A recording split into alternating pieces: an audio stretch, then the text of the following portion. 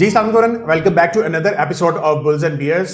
इस वीक में देखा जाए तो मार्केट ने तकरीबन -2.6% परफॉर्म किया है। इस दफा रेड रही है और इसकी बहुत बड़ी रीजन जो थी वो आपकी फौजी फर्टिलाइजर की जो रिजल्ट था वो एक्सपेक्टेशन से बुरा है, जिसकी वजह से आपकी मार्केट काफी हद तक नीचे आई है।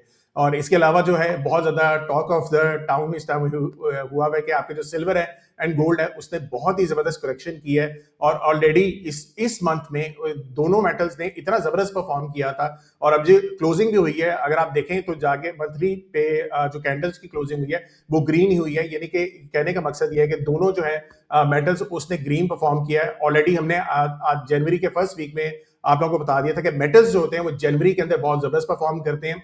और जो ये लास्ट वीक में ये बल्कि थर्सडे एंड फ्राइडे को एकदम से जो इसमें डिक्लाइन है, इसकी भी 2-3 रीजन छोटी छोटी बनती हैं। बट अगेन जिस तरीके से ये मेटल्स ऊपर जा रहे थे, there was a high chance, high probability कि यहाँ से ये थोड़ा सा रिवर्स भी करेंगे। और हमेशा ऐसा नहीं होता कि आपकी कोई भी ऐसे क्लास होती है बस वो ऊपर जा रही है तो वो ऊपर जाती ही रहेगी। थोड़ा सा उसमें जिगजैग आता है, थोड़ा सा उसमें प्रॉफिट टेकिंग वगैरह आती है। थोड़े से लिवरेज जो होती है, जिन लोगों ने इंस्टीट्यूशनल इन्वेस्टर्स ने भी लेवरेज को यूज किया होता है, और जो लिक्विडिटी प्रोवाइडर्स होते हैं उन्होंने जो लिक्विडिटी दी होती है वो लिक्विडिटी वापस लेते हैं मार्केट से, क्योंकि बहुत चांसेस ये होते हैं कि बहुत ज्यादा लोग जो है वो बैंकरप्ट हो जाएं या डिफॉल्ट हो जाएं। तो इस वजह से ये थोड़ी सी प्रॉफिट टेकिंग रिक्वायर्ड होती है।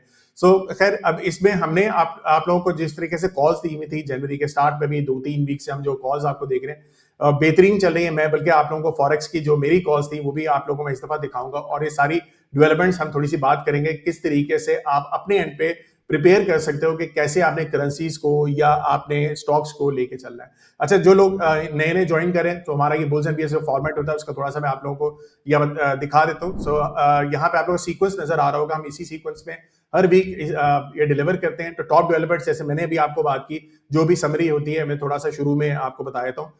सो वो मैं कवर करता हूँ। फिर मार्केट रिकैप और स्क्रिप्ट की जो भी हमारी परफॉर्मेंस होती है वो फराज अपने एंड पे शो करता है। फिर मैक्रो इकोनॉमिक्स एंड फंडामेंटल्स मैं अपने एंड पे शो करता हूँ। टॉप स्क्रिप्ट्स हमारी जो वीकली होती हैं उसको टेक्निकली एंड फंडामेंटली दोनों को लेके चलते हैं। मैं और फराज हम इसको दोनों कवर करते हैं। फिर ग्लोबल मैक्रो इकोनॉमिक्स जो डेवलपमेंट जैसे अभी हम बात करें कि यूएस की मार्केट कैसी रही या आपके मेटल्स की मार्केट कैसी रही, और इसके बैक एंड पे जो भी पॉलिसीज चल रही है वो क्या क्या है, अगेन उसको मैं फंडामेंटली कवर करता हूँ और फराज टेक्निकली इसको कवर करता है। Gold and forex again that is the part of the macro economy as well, फिर हम दोनों कवर करते हैं। एंड लास्ट जो है क्रिप्टो का जो हमने सेगमेंट रखा हुआ है उसमें अगेन हम सलमान को इनवाइट करते हैं। तो सलमान फंडामेंटली अपने एंड से जो भी डेवलपमेंट्स होती है वो अपने बता रहा होता है, और फराज जो है अपने एंड पे उसको टेक्निकली शो कर रहा होता है। अच्छा, एक और अनाउंसमेंट मैं यहाँ पे करता चलूँ कि टेक्निकल एनालिसिस का जो नेक्स्ट फराज का जो कोर्स स्टार्ट होना है उसकी हमने अर्ली बर्ड डिस्काउंट ऑफर शुरू कर दी हुई है। तो if anyone wants to join this course, already जो है आप लोग देख रहे हैं बहुत जबरदस्त रिजल्ट्स भी आ रहे हैं। हर वीक जो है हम आपको सक्सेस स्टोरीज भी दिखा रहे होते हैं। तो if anyone wants to join तो आप लोग इस टाइम पे इसका फायदा उठा सकते हैं। जी, कमिंग टू फराज भाई कैसे हैं आप, और थोड़ा सा मार्केट का ओवरव्यू भी दे दें। जी अमार, थैंक यू। अल्हम्दुलिल्लाह ऑल गुड। सब कुछ बहुत अच्छा चल रहा है और जितनी अच्छी खूबसूरत मार्केट प्ले करती जा रही है, बेसिकली जो ट्रेडर्स होते हैं उनको इस तरह की वॉलेटाइल मार्केट्स बहुत पसंद है और मुझे स्पेशली बहुत पसंद है। सो इसी तरीके से जो हमने स्ट्रैटेजीज बनाई हुई हैं अपने कम्युनिटी में, वहाँ पे भी अगर आप देखेंगे सो मोस्टली जो लोग इसके ऊपर काम कर रहे हैं वो अच्छे प्रॉफिटेबल हैं। मैं ये बताना चाहता हूँ कि जहाँ पे दुनिया इतनी परेशान है गोल्ड और सिल्वर को लेके, या जब भी मार्केट्स में इस तरह की कोई भी एसेट पे एक मेजर करेक्शंस आने लगती हैं, वॉलेटिलिटी बढ़ती है, बहुत से ब्रोकर्स ने इनके सर्वर्स बंद कर दिए होते हैं, मार्जिन्स आउट हो रहे होते हैं या मार्जिन्स की रिक्वायरमेंट चेंज हो रही होती हैं। सो इतना कोई क्योस और पैनिक मचा हुआ होता है, ठीक है। वहीं पे अगर आप इस नॉलेज को टेक्निकली अपने इन स्किल्स को इम्प्रूव करते हैं या फंडामेंटली इम्प्रूव करते हैं, सो आप इस पैनिक मोड में कभी भी नहीं आते, ठीक है। हम आपको दिखाते हैं, मैं अपनी स्क्रीन शेयर कर रहा हूँ, हमारा बताइएगा स्क्रीन शेयर हो रही है। अच्छा, अब यहाँ पे देखिएगा कि हमारे पास कम्युनिटी में एक सक्सेस स्टोरीज का चैनल है, फेलियर्स पे भी जाता हूँ, उस पर भी बात करते हैं। यहाँ पे देखें, जहाँ पे दुनिया के अकाउंट्स वॉश हो रहे हैं या लॉसेस में जा रहे हैं, उनको समझ नहीं आ रही कि करना क्या है। यहाँ पे हमारे जो स्टूडेंट्स हैं वो अकाउंट्स प्रॉफ फर्म्स के या फंडेड अकाउंट्स को पास कर रहे हैं। अब ये देखिए, एक अकाउंट पास हुआ हुआ है, फिर उसके बाद यहाँ पे एक और अकाउंट पास हुआ हुआ है, और इनकी अ, जो जर्नी है वो बड़ी अमेजिंग है और बड़ा अच्छा सक्सेस रेट है, 89%, 75%, इस तरीके से ये चलते हुए आ रहे हैं। फिर इसी तरीके से यहाँ पे देखिएगा, बड़ी ज़बरदस्त इन्होंने यहाँ से गोल्ड को पकड़ा और उसको राइट की। अहमद फैज़ान कह रहे हैं, जब सारी दुनिया घबरा रही होती है, फराज भाई के स्टूडेंट्स काम की अपॉर्चुनिटीज़ का वेट कर रहे होते हैं। क्रैश होगा दुनिया के लिए, सैयद फराज और हमारे लिए अपॉर्चुनिटी होती है, ठीक है। और ये ज़बरदस्त तरीके से इन्होंने पैसे बनाए हुए हैं। अगेन यहाँ पे 86% की राइट थी क्रिप्टो पे। क्रिप्टो की ये वाहिद कम्युनिटी है पाकिस्तान में जो crypto, forex, commodities, even PSX, यहाँ पे आप देखिएगा सारे सब कुछ यहाँ पे शेयर किया जा रहा होता है। एक और अकाउंट पास हुआ हुआ है। फिर आप ऊपर चलें, ये अगेन मैं बता रहा था कि अभी आपने क्रिप्टो की सक्सेस स्टोरी देखी, अब यहाँ पे फैक्टो की देखें, पाकिस्तान स्टॉक मार्केट की। अगेन एक और प्रॉफर्म पास हुआ हुआ है, एक और प्रॉफर्म पास हुआ हुआ है, एक और प्रॉफर्म पास हुआ हुआ है, यहाँ पे एक और प्रॉफर्म पास हुआ हुआ है। ये मैं आपको इसी हफ्ते के दिखा रहा हूँ। यहाँ पे देखिएगा फॉरेक्स फंडामेंटल की पार्ट्स, $700 को उन्होंने कन्वर्ट किया है $3900 में, न्यूजीलैंड डॉलर कैनेडियन डॉलर की ट्रेड के ऊपर राइड करके। अब ये राइड करना क्या होता है, ब्रेकआउट्स क्या होते हैं, जैसे लास्ट में हमने हमने डिस्कस किया एक वेव्स की का सेटअप की। अगर ये ब्रेक होगा बाय स्टॉप लगाएगा। बाय स्टॉप क्या होता है, कंडीशनल बाइंग क्या होती है। अगर आप इस चीज़ को ये समझते हैं कि वेव्स यहीं पे बाय करना है तो आप जो लॉस में होते हैं, लेकिन अगर आप ब्रेकआउट पे बाय कर रहे हैं और ये सस्टेनेबल ब्रेकआउट होता है तो इस टाइम आप प्रॉफिटेबल होते हैं। और वो अगर जिनको ये इस चीज़ का नहीं पता वो कैसे जाके इसके ऊपर समझेंगे। यहाँ पे अगेन ये देखिए एक और प्रॉफर्म पास हुआ है। फिर हमारे यहाँ लाइव ट्रेडिंग सेशंस होते हैं। ये तकरीबन 8 में से 7 में से 5 टीपीज हिट हुई हुई हैं। बड़ा अमेजिंग रिजल्ट है।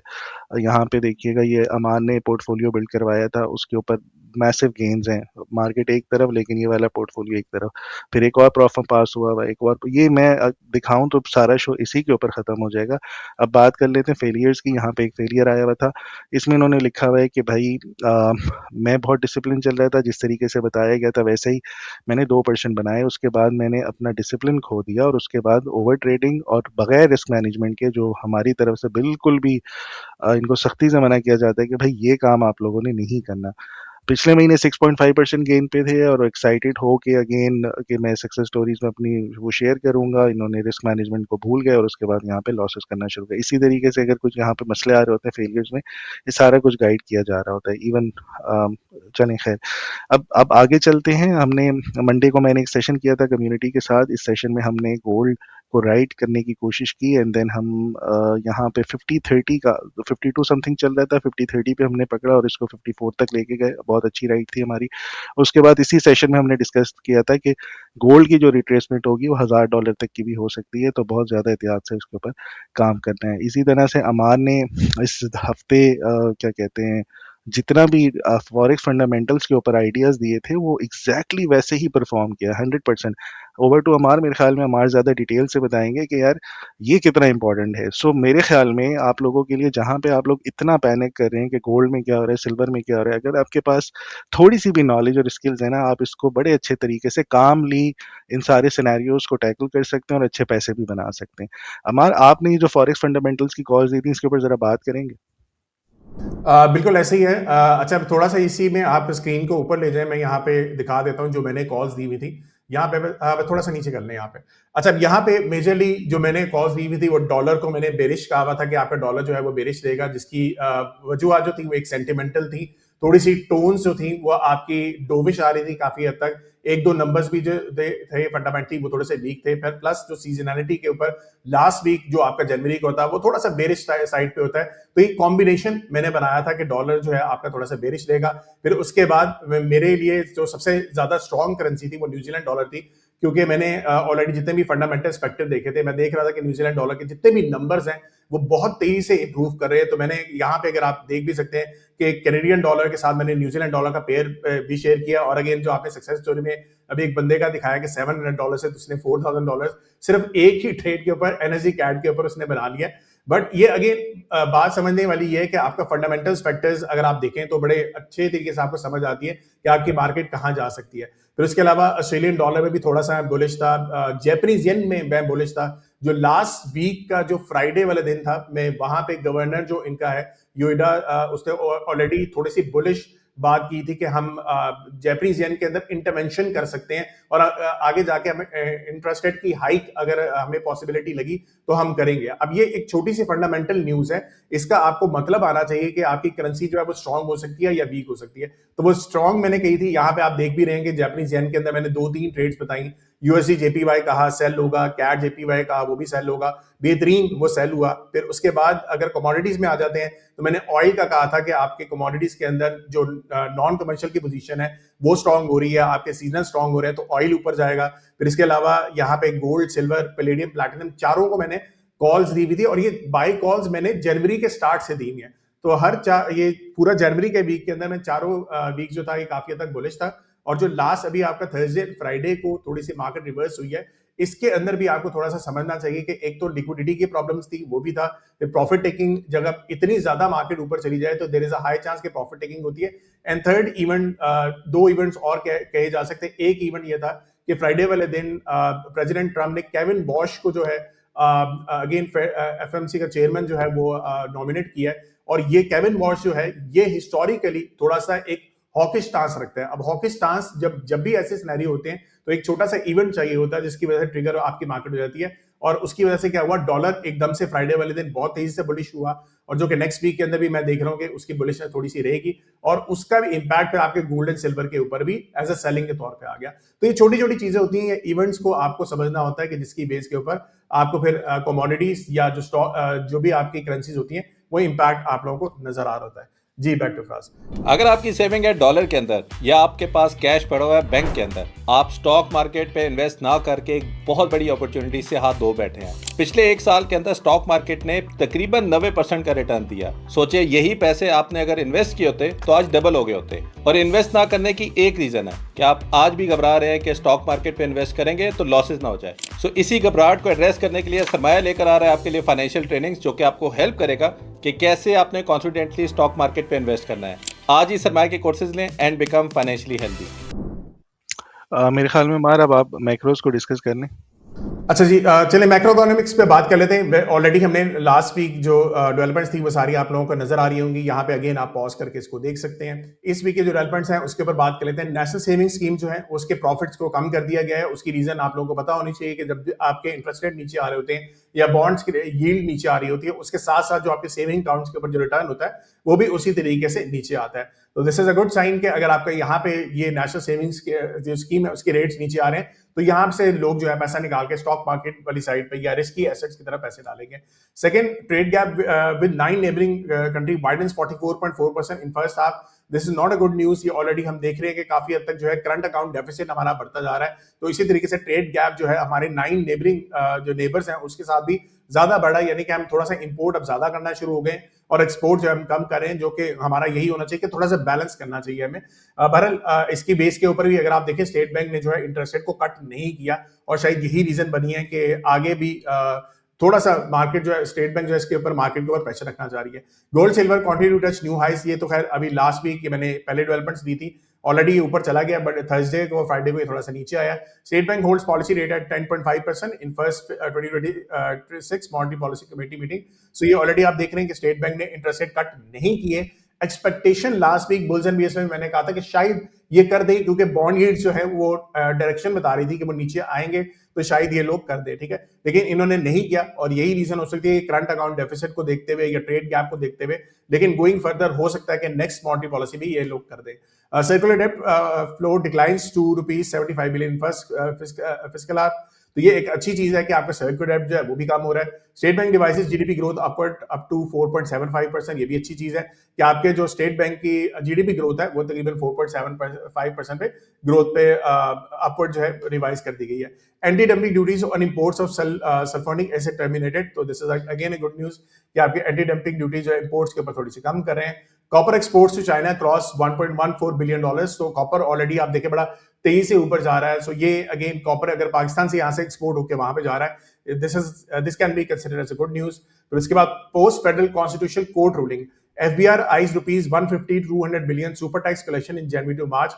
अच्छा, ये अगेन आप देखेंगे कुछ हद तक जो गवर्नमेंट ने सुपर टैक्स लगाया था इसके ऊपर बहुत ज्यादा कंपनी से तनकीद भी की थी कि इसको रिवर्स करें। ये रूल लॉ अगेन ये गया भी था कोर्ट तक, लाहौर कोर्ट तक गया था, लेकिन अब जो है दोबारा से अपील शायद ये सुप्रीम कोर्ट तक भी जाए। लेकिन अभी तक जो है इस चीज को कायम रखा गया कि सुपर टैक्स लगाया जाएगा। थोड़ी सी कंपनीज के ऊपर इसका नेगेटिव इन्फ्लुएंस आ सकता है, बट कुछ कंपनीज को इसका उल्टा फायदा भी है। फिर इसको आगे जाके कभी 1-2 वीक्स में हम डिस्कस डिटेल में करेंगे। फिलहाल मैंने इसको जो प्रोग्रेस लिखी है वो दोनों मैंने क्रॉस और टिक मार्क दोनों ने लिखा है कि थोड़ा सा न्यूट्रल मैं समझूंगा। एक तो चीज ये होगी कि टैक्स ज्यादा इकट्ठा हो जाएगा तो गवर्नमेंट के पास पैसे ज्यादा आएंगे, कंपनीज को थोड़ा बहुत नुकसान हो सकता है कि जिनको ज्यादा टैक्स सुपर टैक्स देना पड़ेगा तो वो थोड़ा सा उनकी अर्निंग्स हिट हो सकती हैं। Value added textile segment grows over 3% to 7.7 billion year on year. तो this is a good news कि आपके जो वैल्यू एडेड टेक्सटाइल गारमेंट्स यानी कि रेडीमेड गारमेंट्स वगैरह जो होते हैं उससे भी काफी हद तक आपकी इंक्रीज नजर आई है, और this can be considered as good news कि आगे भी सिचुएशन आपकी बेहतर रहेगी। Foreign direct investment down 43.3% year on year finance division. तो ये this is not a good news, ये क्रॉस होना चाहिए था, ये गलती से मैंने टिक मार्क कर दिया। But again foreign direct FDI जो आपकी आनी चाहिए वो ज्यादा बढ़नी चाहिए। अभी पिछले साल की निस्बत 43% ईयर ऑन ईयर इसमें डिक्लाइन आया, which is not a good news. Going forward हमें थोड़ा सा जो फॉरेन डायरेक्ट इन्वेस्टमेंट है ये थोड़ी सी बेहतर होनी चाहिए। कुछ अरसे से कम हो रही है बट रेमिटेंसेस थोड़े एंड से अपने एंड से थोड़ा सा बेहतर हो रहे हैं, तो थोड़ा सा मिक्स चल रहा है काम। बट एनी हाउस ये वाली थोड़ी सी नेगेटिव न्यूज है। Exports to US flat in December despite tariff advantage. ये एक चीज हमारे एंड पे थोड़ा सा मसला चल रहा है कि हमारा जो टैरिफ हमें एडवांटेज मिला भी है पाकिस्तान को, उसका भी हम बेनिफिट उस तरीके से नहीं उठा पा रहे हैं, और हमारी एक्सपोर्ट जो है वो थोड़ी सी फ्लैट रही है। हालांकि बढ़नी चाहिए थी। हमारे जो बिजनेसमैन है उनको थोड़ी सी हिम्मत करके कस्टमर्स के पास जाना चाहिए, थोड़ा सा मार्केटिंग के ऊपर काम करना चाहिए। अगेन क्योंकि हम एक एज अ स्टार्टअप खुद चला रहे हैं, बिजनेस एक खुद चला रहे हैं, तो हमें समझ आती है कि मार्केटिंग इज वेरी इंपॉर्टेंट।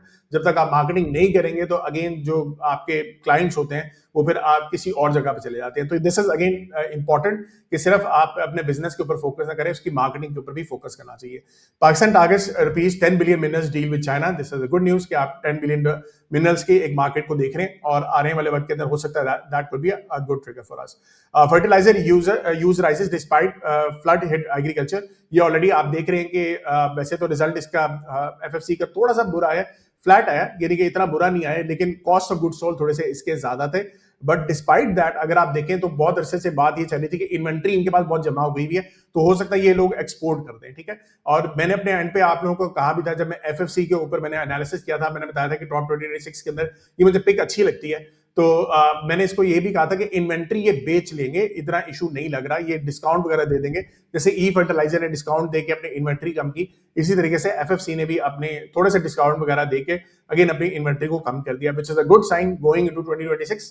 तो इनके पास अभी भी जो डिमांड क्रिएट हो रही है कि पिछले साल के अंदर जो आपके फ्लड्स वगैरह थे उससे इंपैक्ट आया था, अब इंपैक्ट जो है वो खत्म हो रहा है, और उसकी बेस के ऊपर अगेन डिमांड जो है वो थोड़ी सी इंक्रीज होगी। Bank deposit increase to 37.4 trillion in दिसंबर।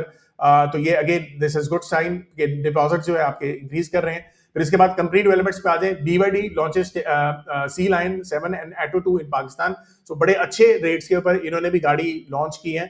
सो हबको को इसका अगेन फायदा होगा। आप लोग ऑलरेडी देख रहे हैं कि गाड़ियों के अंदर बड़ा जबरदस्त किस्म का टफ कंपटीशन चल रहा है। पहले जाइको आई तो निशाद पावर के स्टॉक बड़ी तेजी से ऊपर गए, फिर अगेन आपने देखा है कि टैंक 500 आई, तो सासगर का जो शेयर है, हेवल की गाड़ियां जो आई हैं उसकी बेस के ऊपर भी बड़ी तेजी से ये स्टॉक सासगर का ऊपर गया, और अब जो है बीवाईडी ने भी गाड़ियां लॉन्च कर दी और अच्छे रेट पे लॉन्च की है। तो सबसे ज्यादा फायदा जो है वो कंज्यूमर को हो रहा है। Pakistan meat exports to China jump 177% in 2025। ये अगेन मैंने आपको बताया था ये एक्सपोर्ट जो है बहुत ज्यादा चल रही है मीट की चाइना की तरफ। तो इसमें टॉम सीएल के जो है काफी हद तक आपने देखा था कॉन्ट्रैक्ट्स भी थे, हमने 2-3 दफा आपको इसकी कॉल भी दी है। फिर इसके बाद आ जाते हैं पैराडॉल लिक्विड प्रोडक्शन हेलियन to jump 3.5 to pump 3.58 million for modernisation expansion. तो ये ऑलरेडी देख रहे हैं कि पैराडॉल को लिक्विड के अंदर अब प्रोडक्शन बनाने का सोच रही है, तो इसका फायदा किसको होगा? हेलियन को होगा, ठीक है। एफएफसी और ये अगेन मेरी टॉप 2026 के पिक में भी है, एफएफसी कंप्लीट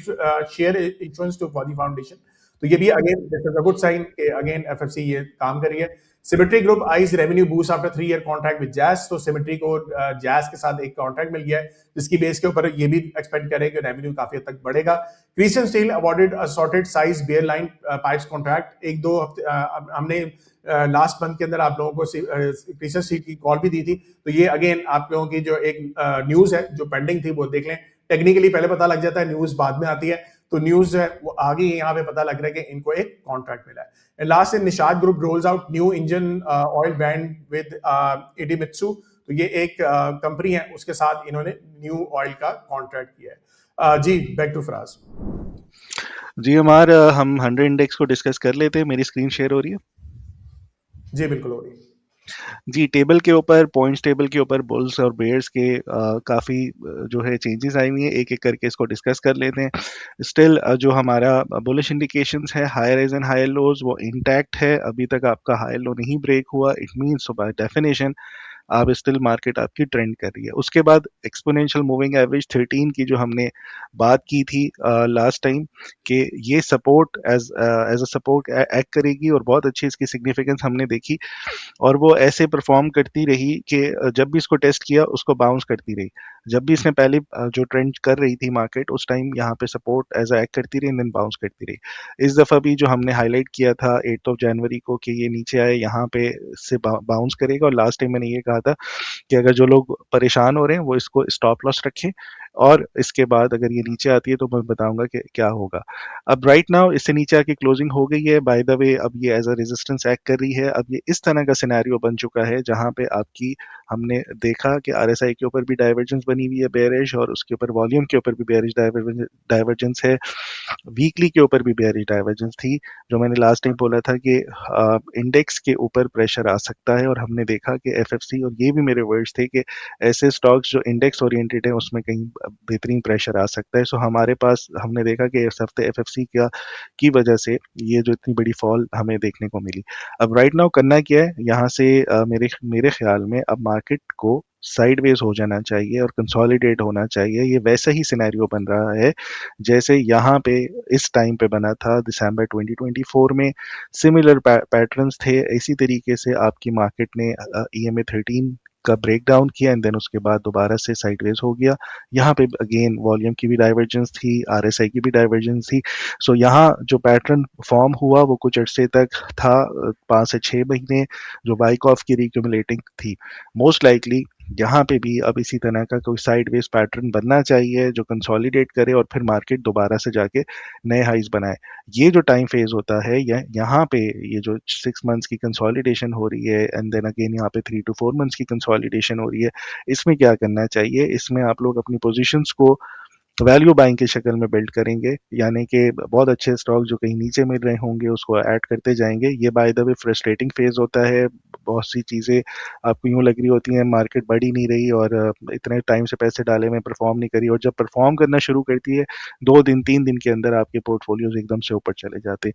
सो अब हम यहाँ पे पेशेंस और तहम्मुल से काम लेंगे और जो लोग लॉन्ग टर्म इन्वेस्टर का लेबल लगा के घूमते हैं सबसे ज़्यादा पेशेंस उनका ही टेस्ट किया जाएगा यहाँ पर, मार्केट जिस तरीके से वो करेगी। एक चीज़ बता दूं, अगर इंडेक्स के ऊपर इस तरीके से कंसोलिडेशन शुरू हो जाती है तो जो सेकंड टियर और थर्ड टियर स्टॉक्स होते हैं वो आपके मोस्टली परफॉर्म करना शुरू कर देते हैं, यानी कि जो फर्स्ट टियर से पैसा निकल के मार्केट में जा रहा होता है वो सेकंड टियर थर्ड टियर में होता है। सेकंड टियर थर्ड टियर को की स्टॉक्स की पिकिंग वो बहुत इंपॉर्टेंट है। यहाँ पे मार्केट आपकी बड़ी चूजी और ट्रिकी हो जाएगी, जो आपको टाइम टू टाइम कोई ना कोई एक नया स्टॉक देगी या 2 3 नए स्टॉक्स देंगी, वो परफॉर्म करेगी, उसमें से पैसे निकलेंगे, देन 2 3 और स्टॉक आ जाएंगे। सो इसी तरीके से मार्केट चलती रहेगी। तो यहाँ पे बिल्कुल परेशान नहीं होना, जिन लोगों ने वैल्यू बाइंग करनी है उनके लिए बेहतरीन मौका है। यहाँ पे 2 3 महीने अच्छी सी कंसोलिडेशन हो और उसके बाद दोबारा से मार्केट परफॉर्म करती जाए।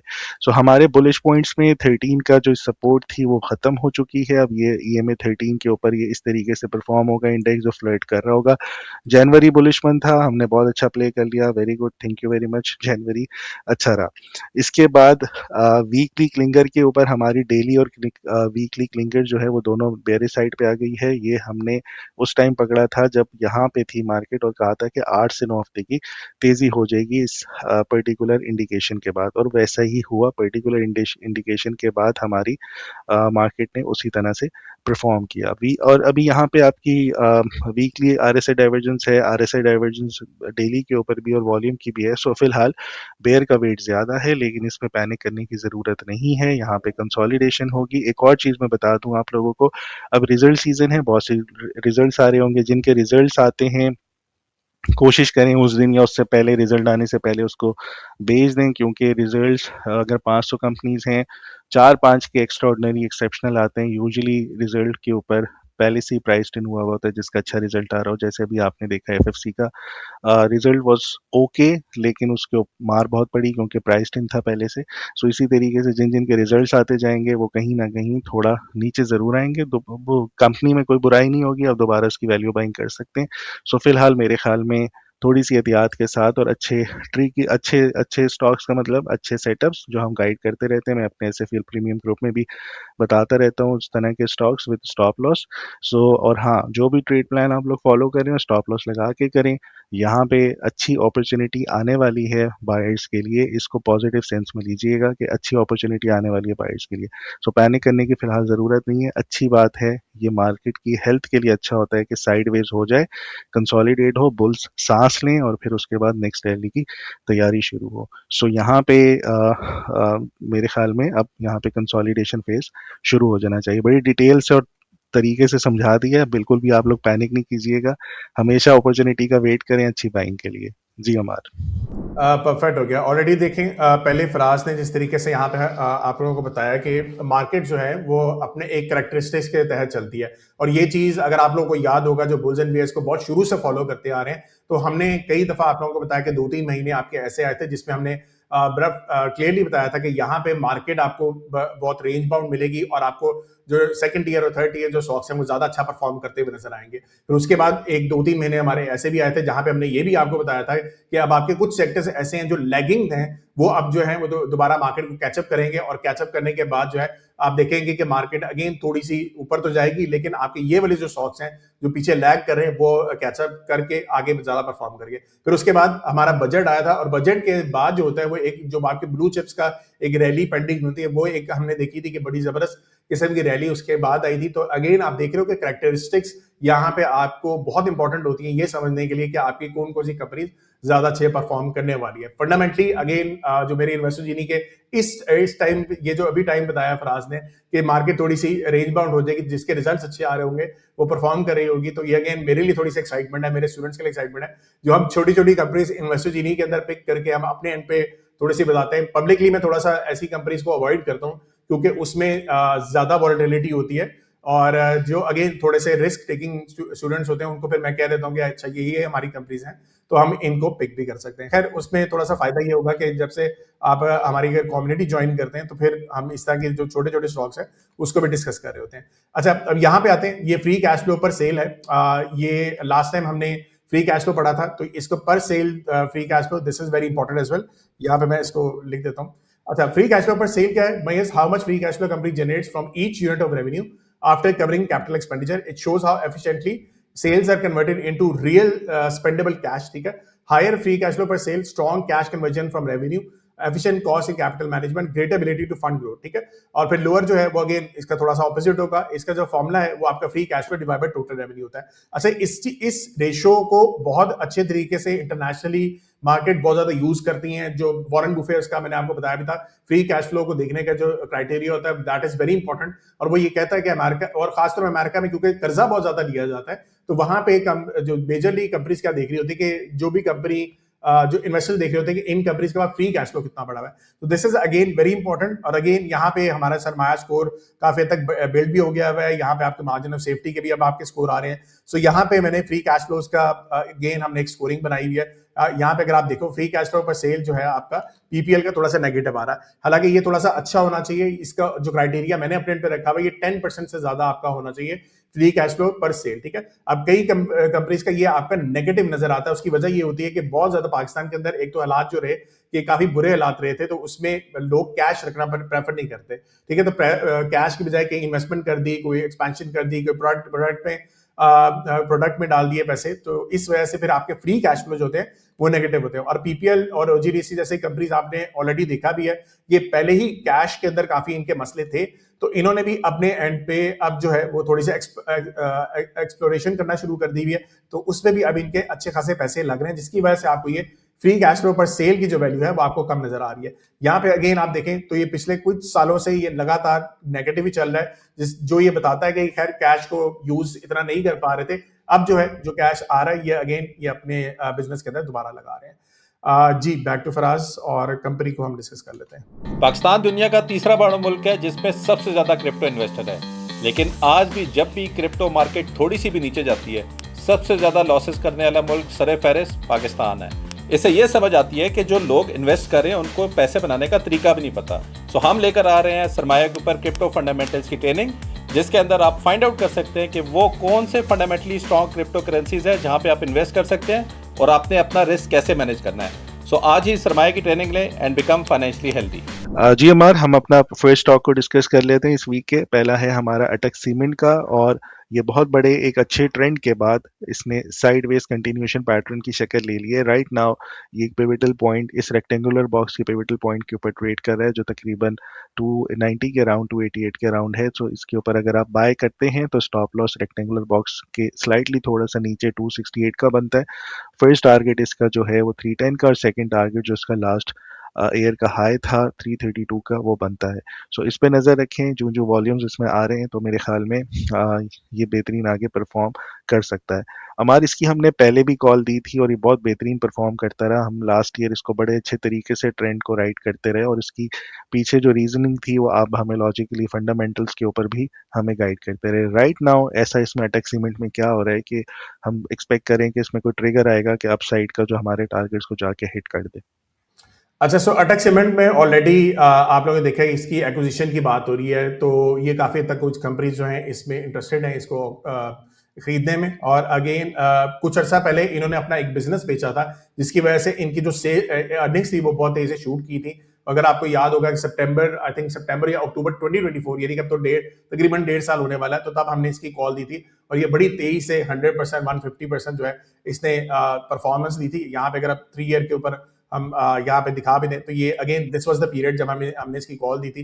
शेयर 91 से उठता हुआ तकरीबन 250 रुपए, यानी कि 2.5 गुना परफॉर्म कर गया। तो this is again one thing जो कि आपको थोड़ा सी अंडरस्टैंडिंग होनी चाहिए कि किस तरीके से हमने मार्केट को देखना है, और इसको हम कहते हैं कि एक्सप्लोसिव स्टॉक। एक्सप्लोसिव स्टॉक में अपने एंड पे क्या कह रहा होता है कि अगर आपका ऑपरेटिंग प्रॉफिट जो है वो इतना तेजी से ग्रो नहीं कर रहा होता और आपकी अर्निंग्स जो है वो एकदम से शूट करके इंक्रीज कर जाए, जैसे कि यहाँ पे अगर आप देखो, सो ये हमारी 2023 से 2900 1733, यानी कि आपकी ऑपरेटिंग प्रॉफिट नीचे आ रहा था, और फिर उसके बाद 1733 से यहाँ पे थोड़ा सा ऑपरेटिंग प्रॉफिट बढ़ा भी है। लेकिन अगेन अगर आप नीचे आओगे, सो ये 2023 से जहां पे ऑपरेटिंग प्रॉफिट कम हुआ लेकिन आपकी अर्निंग्स जो है वो डबल हो गई थी।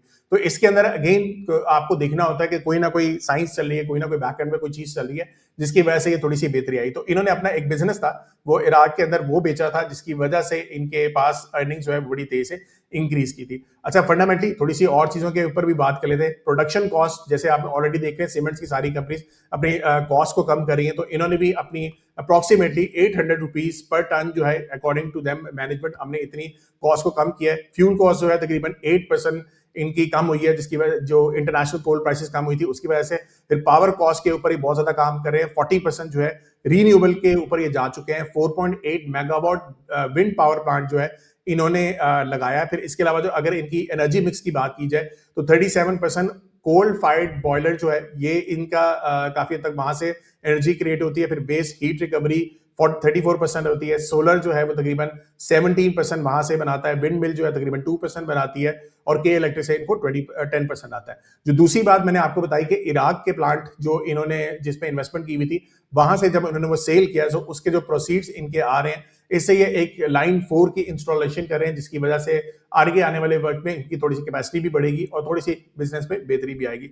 बहरहाल अच्छी कंपनी है, बुरी कंपनी नहीं है। मुझे सीमेंट्स में सबसे आप कह लेंगे टॉप पे नहीं लगती, बट अगेन इसमें थोड़े बहुत आपको जो ट्रिगर्स हैं वो हमने यहाँ पे डिस्कस कर लिए। जी, बैक टू फराज।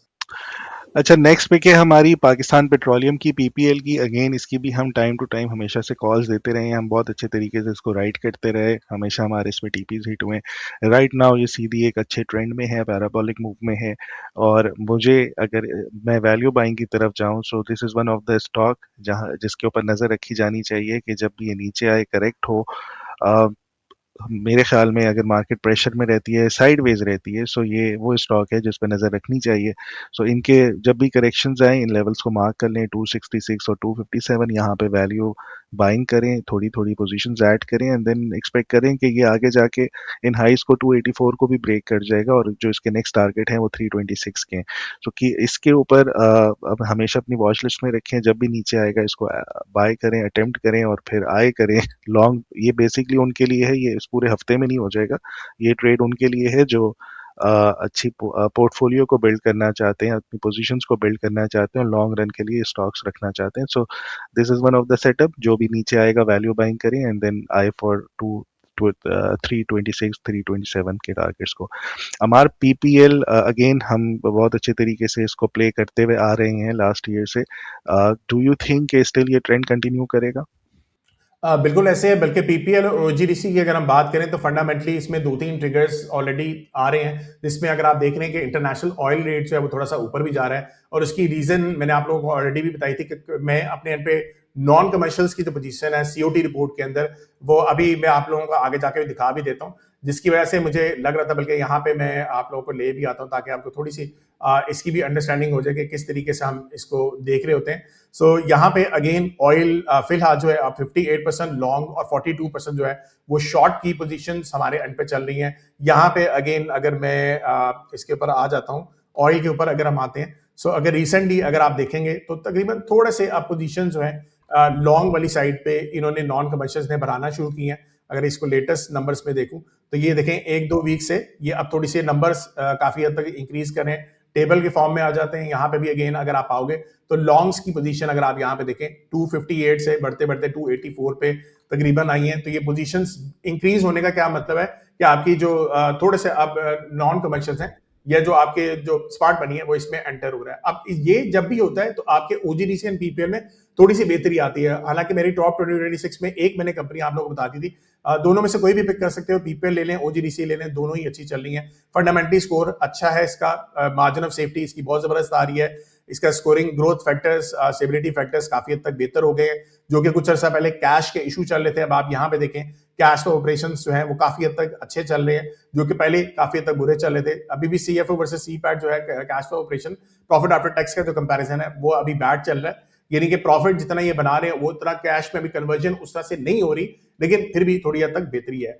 रेवेन्यू के ऊपर आ जाए, रेवेन्यू जो है वो काफी हद तक थोड़ा सा इसमें अब थोड़ा सा हल्का सा डिक्लाइन हुआ है, जो एक्सपेक्टेशन भी थी कि जैसे जैसे ऑयल पिछले साल नीचे गया था तो ये थोड़ा सा नीचे ही रहेगा। यहाँ इसी तरीके से सिमिलर अर्निंग जो है वो भी काफी हद तक इस तरीके से नीचे आई थी।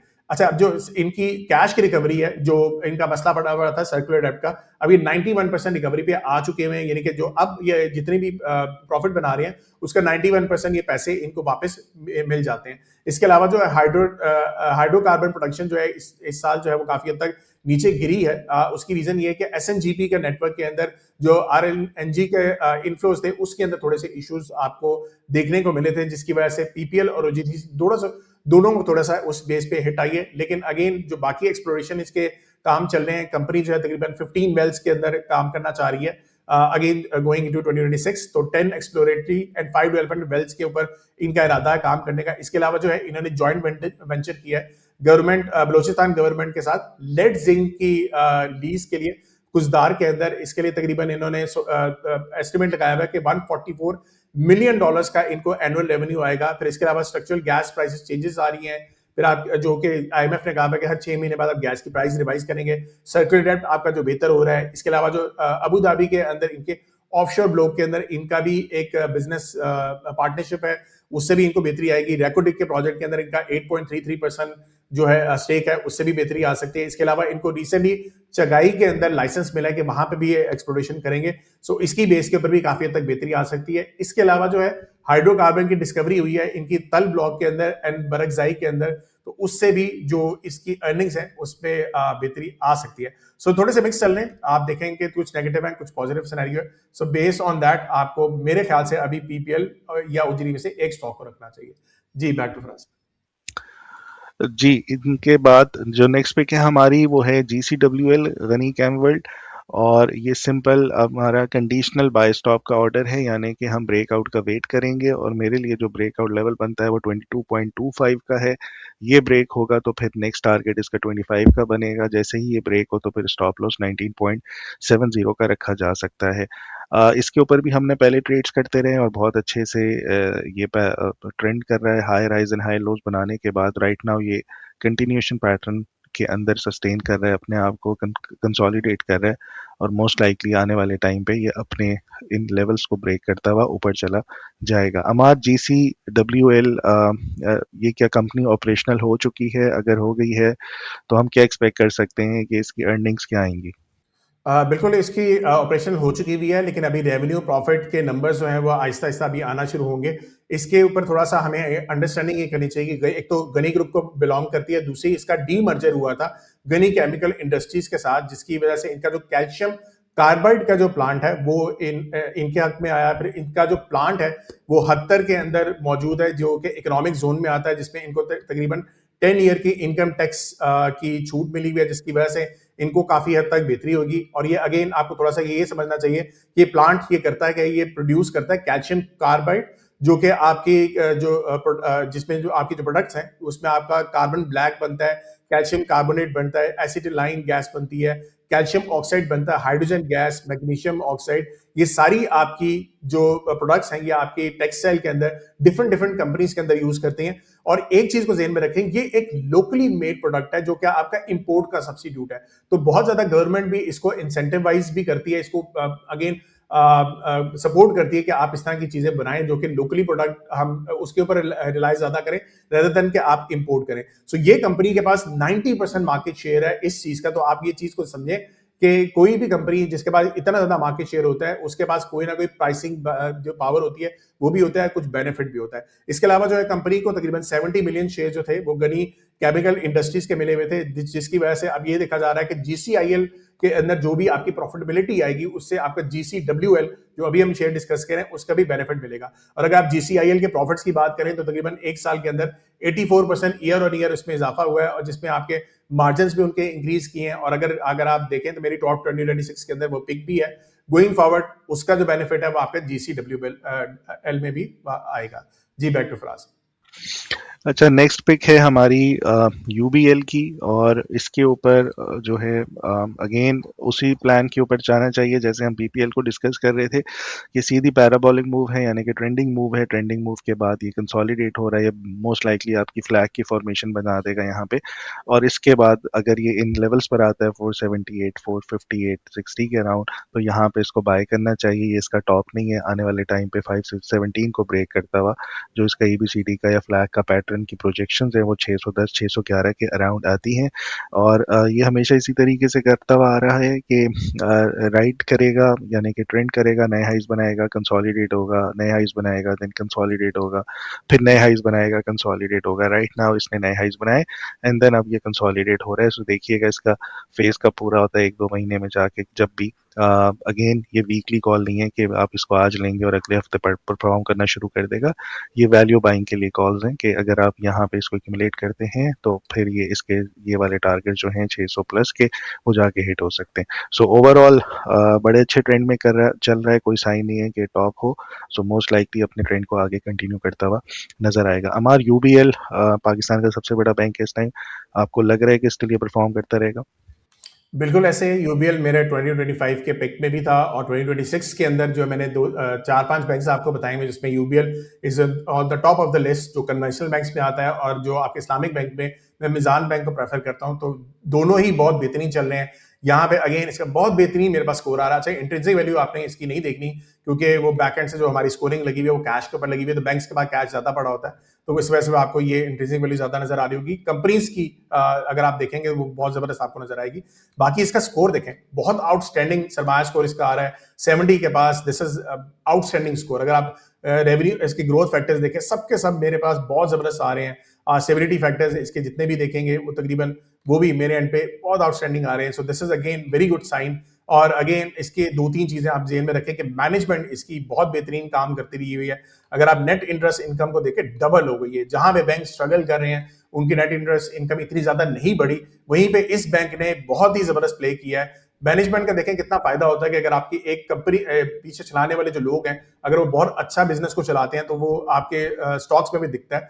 30.7 से तकरीबन 50.85 की अर्निंग्स इंक्रीज हो गई हैं, विच इज अगेन स्पेक्टेकुलर। और ये चीज को आप जेन में रखें कि इस टाइम पे जब आपके इंटरेस्ट रेट नीचे आ रहे होते हैं, तो जो बैंक्स अपने डिपॉजिट ज्यादा बढ़ा रहे होते हैं, यानी कि करंट अकाउंट खोलने की तरफ ज्यादा आ रहे होते हैं, वो एक बड़ा जबरदस्त आपको जंप नजर आता है। और उसकी बेस के ऊपर जो है आपके जो बैंक्स होते हैं वो ज़्यादा अच्छा परफॉर्म भी करते हैं, उनके जो इन्वेस्टमेंट की जो रेशियो होती है वो भी बहुत अच्छी इंक्रीज कर रही होती है। अब यहाँ पे यूबीएल ने इसलिए परफॉर्म किया कि इसकी हायर इन्वेस्टमेंट बुक भी थी, क्योंकि अगेन जो इन्होंने इन्वेस्टमेंट की हुई है टी बिल्स या बॉन्ड्स के अंदर, वहां पे भी काफी हद तक इनको वहां से बेनिफिट मिला। फिर अगेन इसने सिल्क बैंक को एक्वायर किया था, और सिल्क बैंक के तकरीबन 105 ब्रांचेस भी ये भी इनके अंडर आ गई हैं। 1800 से ज्यादा इनकी ब्रांचेस तकरीबन हो गई हैं। टोटल डिपॉजिट इस टाइम पे इस बैंक के अंदर 4.7 ट्रिलियन रुपीस पड़ा हुआ है, विच इज बिग नंबर। अगर हम मार्केट शेयर की बात की जाए, तकरीबन 13% मार्केट शेयर बनता है। और अगर इसकी इनकम कॉस्ट इनकम की बात की जाए तो वो 36% है, one of the lowest in the banks. तो ये भी एक चीज देखनी होती है कि कॉस्ट इनकम कितनी हो। इन्वेस्टमेंट इनकी लॉन्ग टर्म फ्लोटिंग रेट जो है इंस्ट्रूमेंट्स के अंदर, तकरीबन weighted average time of maturity 9.2 years है, जिसमें 59% इन्होंने 10 ईयर फ्लोटिंग पीआईबीज के अंदर इन्वेस्टमेंट की हुई है, विच मेक्स अ केस कि अगेन इन्होंने बड़े अच्छे टाइम के ऊपर अच्छे रेट्स के ऊपर इसको बाइंग की हुई थी। तो इसके अलावा जो है 14% जो इनकी इन्वेस्टमेंट है वो शॉर्ट टर्म 3.5 ईयर्स पीआईबी सुकूक में है, जिसमें तकरीबन 2.2 years average time of maturity है। तो अगेन ये सारे फैक्टर्स एक साबित करते हैं कि एक बैंक जो है अपने आप को पोजीशन इसने काफी हद तक अच्छी रखी हुई है। अगर यहाँ पे हम कैपिटल एडिक्वेसी रेशियो के ऊपर भी आ जाएं तो अगेन इसका बहुत ही जबरदस्त किस्म का कैपिटल एडिक्वेसी रेशियो चल रहा है। अगर आप यहाँ पे आ जाएं, सो तकरीबन यहाँ पे अगर आप देखोगे तो टोटल आपका आ रहा है 21, which is again spectacular. Latest अगर हम देखते हैं क्वार्टरली पे आके, सो ये भी अगेन हमारे एंड पे काफी जबरदस्त आ रहा है, 24 के पास आ रहा है, one of the highest in the industry as well. जी, बैक टू फराज। अच्छा अमार, अब जो है हम ग्लोबल मार्केट्स को डिस्कस कर लेते हैं। सबसे पहले हम डॉलर इंडेक्स को देखेंगे, और डॉलर इंडेक्स के ऊपर यहाँ पे हमारे पास एक बहुत ही बड़ी वीकली के ऊपर डाइवर्जेंस नज़र आई है, जो बुलिश डाइवर्जेंस है और काफ़ी अरसे के बाद नज़र आई है। और उसके बाद हमने देखा भी है कि आपका यहाँ पे क्या कहते हैं, डॉलर ने जिस तरीके से परफॉर्म करना शुरू किया है थर्सडे और फ्राइडे को, सो पूरी मार्केट्स हिल के रह गई हैं। सो राइट नाउ डॉलर एक सपोर्ट से वीकली सपोर्ट 96 के अराउंड बुलिश डाइवर्जेंस बनाने के बाद एक बहुत अच्छी इसने पिन बार बनाई है। सो मोस्ट लाइकली आने वाले टाइम पे 1-2 हफ्ते ये डॉलर इंडेक्स हमें बुलिश ही नज़र आता रहे। द कंडीशन इज 97.550 से ऊपर ये सस्टेन करना शुरू कर दे। ये एक इम्पॉर्टेंट रेजिस्टेंस है जो मार्क की भी है यहाँ पर। Amar, do you think dollar index जो है आपके एंड पे स्कोर बोर्ड के ऊपर इसके पॉइंट्स बेहतर होते हुए नजर आ रहे हैं, फंडामेंटल्स? जी, बिल्कुल ऐसे ही है। डॉलर जो है, मुझे अगर अब हम आ जाते हैं इसके नंबर्स के ऊपर, इसके जो सीजनल्स हैं उसको थोड़ा सा देख लेते हैं। तो यहाँ पे अगेन आपको डॉलर इंडेक्स का थोड़ा सा ग्राफ नजर आ रहा होगा। फेब्रुअरी बाय फार डॉलर के लिए बहुत ही स्ट्रॉन्ग साबित होता है। तो ये एक नंबर काफी जबरदस्त इंक्रीज कर रहा है और बेहतर आ रहा है। और जो जहां पे मैंने आपको नेगेटिव लास्ट टाइम जो था कहा था कि डॉलर थोड़ा सा नेगेटिव होगा, अब मैं थोड़ा सा स्टांस चेंज कर रहा हूँ फॉर दिस वीक। फंडामेंटली मुझे लग रहा है काफी हद तक इसके नंबर बेहतर रहेंगे। अगर फॉरेस्ट कंडीशनिंग स्कोरिंग मेरा एक स्कोर बनता है, जिसकी बेस के ऊपर मैं देख रहा होता कि नंबर्स आपके इंप्रूव कर रहे हैं या डिक्रीज कर रहे हैं, तो अगर आप फंडामेंटली इस नंबर को देखें तो डॉलर का तकरीबन 19 स्कोर ग्रीन था, 10 स्कोर रेड था। ये पिछले वीक के अंदर था, यानी कि ये पिछले वीक का कंप्लीट हुआ था तब था। अभी आज के दिन सैटरडे को हम इसको अपडेट करते होते हैं, तो सैटरडे नाइट तक ये हमारे एंड पे अपडेट हो जाएगी। वैसे अगर सारे नंबर्स को मैं यहाँ पे अगर आपको दिखा भी देता हूँ, सो एक सेकेंड, यहाँ पे हम आते हैं और यहाँ पे हम ये जो हमारी एक शीट होती है इन्वेस्टर जीनी पल्स, हम हर वीक के अंदर ये स्कोरिंग बना रहे होते हैं। तो यहाँ पे भी अगेन देखो आप, डॉलर के 5 ग्रीन एंड 4 रेड मेरे पास आए, विच मेक्स द केस कि अगेन डॉलर के नंबर लास्ट वीक के अंदर जो है वो भी काफी हद तक बेहतर आ रहे हैं। नेक्स्ट वीक जो है आपका डॉलर के पीएमआई का नंबर आने वाला है ट्यूसडे के दिन, जो कि बहुत अरसे से बहुत नेगेटिव चला था। एक्सपेक्टेशन ये है कि वो थोड़ा सा इंक्रीज कर जाएगा। अगर वो आपका इंक्रीज कर जाता है ट्यूसडे वाले दिन, तो आप डॉलर के अंदर एक बड़ी जबरदस्त रैली देख सकते हैं। और अगेन इसको अगर किसी के साथ मैंने पेयर करना होगा, तो आई थिंक या तो मैं यूरो के साथ इसको पेयर कर सकता हूं, या तो फिर मैं इसको फिलहाल कैट के साथ भी कर सकता हूं। एंड अगर तो डाटा बाकी नेगेटिव थोड़ा सा आता है, तो ऑस्ट्रेलियन डॉलर के साथ भी इसको किया जा सकता है। जी, बैक टू फराज। बिल्कुल सही हमार। यूएस डॉलर स्ट्रांग हो रहा है, और हमने यहाँ पे उसके टेक्निकल सेटअप्स को भी डिस्कस किया वीकली चार्ट्स पे, और अमान ने उसके फंडामेंटल्स को डिस्कस किया। मेरी पिक टेक्निकली ज़्यादा साउंड मुझे जो नीट सेटअप लग रहा है, पोटेंशियल सेटअप, वो यूएसडी जापानीज येन का लग रहा है। 4 आवर के ऊपर एक परफेक्ट बुलिश आपकी डाइवर्जेंस बनी हुई है, और उसके बाद यहाँ पे जब ब्रेकआउट होगा 154.950 का, तो ये इजीली जाके अपनी 156.100 200 को जाके टेस्ट कर सकता है। सो राइट नाउ एक अच्छा फॉल था, फॉल के बाद बुलिश डाइवर्जेंस, एंड देन दोबारा ऊपर से। अमार, यूएसडी आपने कहा स्ट्रांग है, हो सकता है नंबर्स डिपेंडेंट है, और यहाँ पे आपने ये जापानीज येन के बारे में क्या कहेंगे? डू यू थिंक कि जापानीज येन अभी थोड़ा सा वीक हो सकता है अगेंस्ट यूएस डॉलर? बिल्कुल ऐसे ही है। मैं अभी यही देख रहा था कि नंबर्स आपके जापानीज येन के 3 ग्रीन एंड 4 रेड मेरे पास आए हैं, और ये एक बहुत बड़ी रीजन ये बनी है कि आपका जो सीपीआई का नंबर है, which is very very important, कि सीपीआई का नंबर आपका बहुत इंपॉर्टेंट होता है, वो आपका नेगेटिव है, यानी कि नेगेटिव से मतलब कि थोड़ा डिक्लाइनिंग वाली साइड पे है, जिसकी वजह से हाँ, अब मैं जापानीज येन के ऊपर भी आप सही कह रहे हैं, जो लास्ट वीक के अंदर मैं थोड़ा सा बुलिश था, वो अब मैं थोड़ा सा बेरिश वाली साइड पे रहूंगा। अगर आप यहाँ पे देखें फरवरी में भी ये थोड़े से सीजनल नीचे जाते हैं, बहुत शार्पली नीचे नहीं गिर रहे होते, बट अगेन जो मुझे नंबर्स मेरे एंड पे नजर आ रहे हैं वो थोड़े से अब डिक्लाइनिंग वाली साइड पे नजर आ रहे हैं। अगर मैं यहाँ पे आ जाता हूँ, जैपनीज एंड के जो फंडामेंटल्स मेरे एंड पे ऑलरेडी जो लास्ट वीक के अंदर थे, उसको अगर हम थोड़ा सा देख लें, तो 4 ग्रीन एंड 8 रेड, ये भी फंडामेंटली मुझे बता रहा है कि सिनेरियो कोई बहुत खास नहीं है, ये भी थोड़ा सा नेगेटिव वाली साइड पे चला है। तो यस, हो सकता है कि यूएसडी जेपीवाई एक can be a very good pick coming in this week. जी, बैक टू फ्रांस। हमारा अब हम गोल्ड को डिस्कस कर लेते हैं। मेरे ख्याल में बहुत लोग जानना चाह रहे होंगे गोल्ड और सिल्वर में क्या चल रहा है। हम गोल्ड के ऊपर बात करेंगे, सिल्वर बेसिकली उसी को फॉलो कर रहा होता है जो ट्रेंड आपका गोल्ड वो दिखा रहा होता है। सो गोल्ड पे करंट मार्केट प्राइस पे जाने से पहले ना हम थोड़ी इसकी हिस्ट्री देखते हैं। हिस्ट्री क्या है? हम चलते हैं 99 की तरफ, जब डॉट कॉम आपका क्रैश होने वाला था। डॉट कॉम बबल क्रैश जो था, बड़ा हिस्ट्री में इसको माना जाता है, देखा जाता है।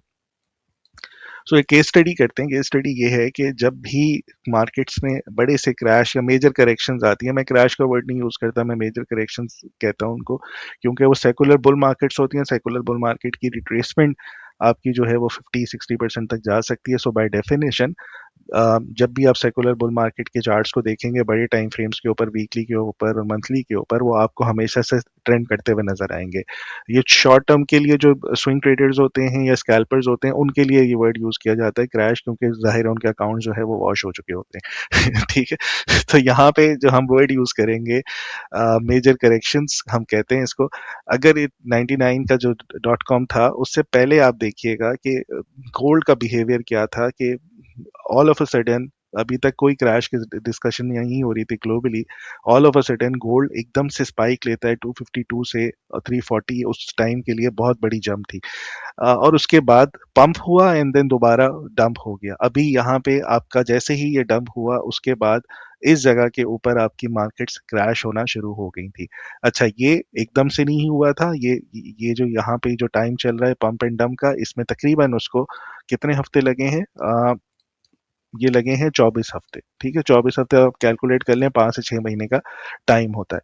तो इसका ये मतलब नहीं है कि अगर आज के दिन में अगर गोल्ड पंप हुआ और फिर उसके बाद डंप हुआ तो कल सारी मार्केटें क्रैश होना शुरू हो जाएंगी। इस बात को समझिएगा, जिन लोगों को चार्ट्स की इतनी खास समझ नहीं आती। अच्छा, उसके बाद क्या हुआ? जब ये आपकी मार्केट यहाँ से नैस्डैक 100 क्रैश होना हुई, गोल्ड एक बेसिंग पैटर्न में चला गया। Basin pattern is basically accumulation zone, जहाँ पे ये कंसोलिडेट करता रहा। अब जूं जूं मार्केट का बॉटम लगा, यहाँ पे जब मार्केट का बॉटम लगा, तो गोल्ड अब रैली करना शुरू हुआ उसके बाद से। यानी कि जब मार्केट क्रैश हो रही थी उस जमाने में, तो गोल्ड सिर्फ साइडवेज या बेसिंग पैटर्न में अपने आप को ट्रेड कर रहा था। लेकिन एक बात यहाँ पे याद रखिएगा कि ये बेसिंग पैटर्न से पहले ये पंप एंड डंप हुआ था। ठीक है, ये चीज इंपॉर्टेंट है। उसके बाद हम आगे चलते हैं। गोल्ड ने फिर सीधा नए हाइज लगाए उसी तरीके से 190%, 280 सेशंस के अंदर, और यहाँ पे जाके इसने इतने ज्यादा बड़े गेन दिखाए। उसके बाद आता है 8-9 साल के बाद आपका ग्रेट रिसेशन का टाइम। ग्रेट रिसेशन के टाइम के ऊपर भी जब मार्केट्स ने 2007 में ड्रॉप होना शुरू हुई मार्केट्स, तो गोल्ड उससे पहले ही अगेन 24 हफ्ते पहले ही पंप हुआ एंड देन उसके बाद डंप हो गया। इसका क्या मतलब है कि गोल्ड में जब भी पंप एंड डंप आ रहा होता है, तो उसके 5-6 महीने के बाद शायद मार्केट्स आपकी नीचे या मेजर करेक्शंस में चली जाएं। अगेन पंप हुआ एंड डंप हुआ, उसके बाद वही बेसिक पैटर्न बना एंड देन बेसिक पैटर्न का ब्रेकआउट उस टाइम लगा यहाँ पे, जब आपका नैस का बॉटम डिफाइन होना शुरू हो चुका था। और जब दोबारा से नैस ने रैली करना शुरू की, तो गोल्ड जो था वो 979 से बढ़ता हुआ सीधा 1925 डबल हो गया। सही है। और उसके बाद हमने दोबारा से देखा 2011 में ब्लैक मंडे का क्रैश था, 30% का था वो ओवरऑल। उसमें उससे पहले ही यहाँ पे जब क्रैश होने वाला था अगस्त में, तो जुलाई के अंदर ही जो गोल्ड का बिहेवियर था वो बड़ा अनसर्टेन था। इसका मतलब था मार्केट पहले से ही सूंघ लिया था कि भाई कुछ होने लगा है, तो गोल्ड अगेन पंप हुआ और दोबारा से डंप हुआ उसी पॉइंट के ऊपर, और बेसिक पैटर्न बनाया उसने, और फिर आगे दोबारा से जाके इसने नए हाइज बनाना शुरू कर दिए। कोविड के टाइम पे भी यही हुआ, पहले गोल्ड पंप हुआ, उसके बाद मार्केट्स क्रैश हुई। राइट नाउ ये जो इसकी कैरेक्टरिस्टिक है गोल्ड की, वो कुछ इसी तरह की बता रही है कि गोल्ड पंप हुआ बहुत सिग्निफिकेंटली, और उसके बाद एग्जैक्टली उसी वीक के अंदर यहाँ पे आके डंप हुआ। अगेन ये जितना भी प्रोसेस मैंने अभी हिस्टोरिकली दिखाया है, ये एक वीक के अंदर नहीं हुआ, ठीक है, it will take some time. So इसका ये मतलब है कि right now current market price पे आप लोग क्या एक्सपेक्ट कर सकते हैं? हम ये एक्सपेक्ट करेंगे कि गोल्ड रिट्रेस करे 38%, 23%, और उसके बाद यहाँ पे कोई बेसिक पैटर्न बनाए, यानी कि कंसोलिडेट हो, एक्यूमुलेट हो, और दोबारा से जाके नए हाइज बनाना शुरू करते। So in long run gold is still bullish. Signal top नहीं होता, ये डिफाइन नहीं हुआ। यहाँ पे मैं भी वीकली चार्ट्स को डिस्कस कर रहा हूँ, और यहाँ पे हम इसकी एक्यूमुलेट करने की कोशिश करें। जब भी नीचे आए 45 के अराउंड, 4000 के अराउंड, वर्स्ट केस सिनेरियो मेरे ख्याल में 40, 80 या 4000 के अराउंड बनता है। 46, 47 तो हमने वैसे ही देख लिया। 56 से टूटता हुआ 5600 से 47, तो अगर $1000 निकाल सकता है तो 500 600 कोई बड़ी डील नहीं है इसके लिए। यहाँ कहीं कंसोलिडेट होगा, उसके बाद से दोबारा से ये बढ़ना आगे शुरू हो जाएगा, और ये हो सकता है ये सारा प्रोसेस आपका जो अमान ने फंडामेंटली टारगेट्स दिए हुए $9000 के गोल्ड के, सो वो हो सकता है बाय द एंड ऑफ 2030 हो। सो आसान लफ्जों में जिन लोगों को लॉन्ग रन के लिए खरीदना है वो इसको खरीद सकते हैं, और खरीदने का तरीका ये होता है कि अगर आपके पास $5000 हैं, तो फिर जाके आप 0.01 की लॉट लेंगे। इसका ये मतलब है इस पे आपका अकाउंट कभी वॉश नहीं होगा। तो 0.01 यहाँ लें, यहाँ पे खरीदें। इस तरीके से जितने जो आपके थोड़े थोड़े $5,000 के पैसे आते जाएं, तो इसकी वो सेविंग्स करते जाएं। उस तरीके से सेकुलर बुल मार्केट में है तो ये परफॉर्म करता जाएगा। शॉर्ट टर्म वालों के लिए ये है कि भाई आप लोग सिंपल इसका स्टांस रखेंगे कि जब भी ये आपकी यहाँ पे बुलिश डाइवर्जेंस बनाएगा, उसके बाद आपका ये जो डिसेंडिंग वेज की फॉर्मेशन बनेगी, ब्रेक होगा, दोबारा से ऊपर जाएगा, उनके लिए आसान लफ्जों में एक दफ़ा इसने फिर दोबारा से 5000, 300, 200 इधर तक कहीं जाके अपने आप को यहाँ कहीं जाके 5300, 400 के अराउंड एक दफ़ा फिर ये लोअर हाई बनाने जाएगा। So for long term investors के लिए गोल्ड की डिप बाइंग जो है उसको आप अपने फिजिकल पैसों पे उस तरह से कर सकते हैं। आने वाले टाइम के ऊपर ये बढ़ जाएगा दोबारा, यानी कि 5 से 6 महीने तो अभी इसकी बेसिक पैटर्न को लगेंगे, और उसके बाद फिर जाके ये नए हाइज बनाना शुरू करेगा। सो उस चीज़ को समझ लीजिएगा। और जो लोग शॉर्ट टर्म ट्रेडर्स हैं वो इसमें वॉलेटिलिटी बहुत है। सो अगेन अपने रिस्क को रिड्यूस करें, और आपको ये पता हो, आप ये काम जो है $1000, $2000 के अकाउंट पे नहीं कीजिएगा। 4000 मिनिमम उसका वो हो, लेवरेज भी लेनी हो तो 0.02, 0.03 से ज़्यादा की ट्रेड नहीं लें, क्योंकि जो इसका एस एल और टी पी बनेगा वही $100 का होगा। अगर आप उसका एस एल $100 या $200 के राउंड रखते हैं तो $400 आपके 0.02 पे वैसे ही खत्म हो जाएंगे। सो गोल्ड को इस टाइम प्ले करने का, ये जो करेक्शंस हो रही हैं गोल्ड में, ये कोई बहुत बड़ी करेक्शंस नहीं है। द पॉइंट इज आपके अकाउंट छोटे हैं और आप लोग लॉट्स बहुत बड़ी लेते हैं, तो इस वजह से अकाउंट जो है इजीली वॉश हो सकते हैं। सो इसके लिए अगर जो पैसे रख के प्रॉपर ट्रेड्स करना चाहे तो बहुत अच्छी मार्केट है, और अच्छे पैसे इसके ऊपर बन सकते हैं। आने वाले टाइम पे गोल्ड इज बुलिश।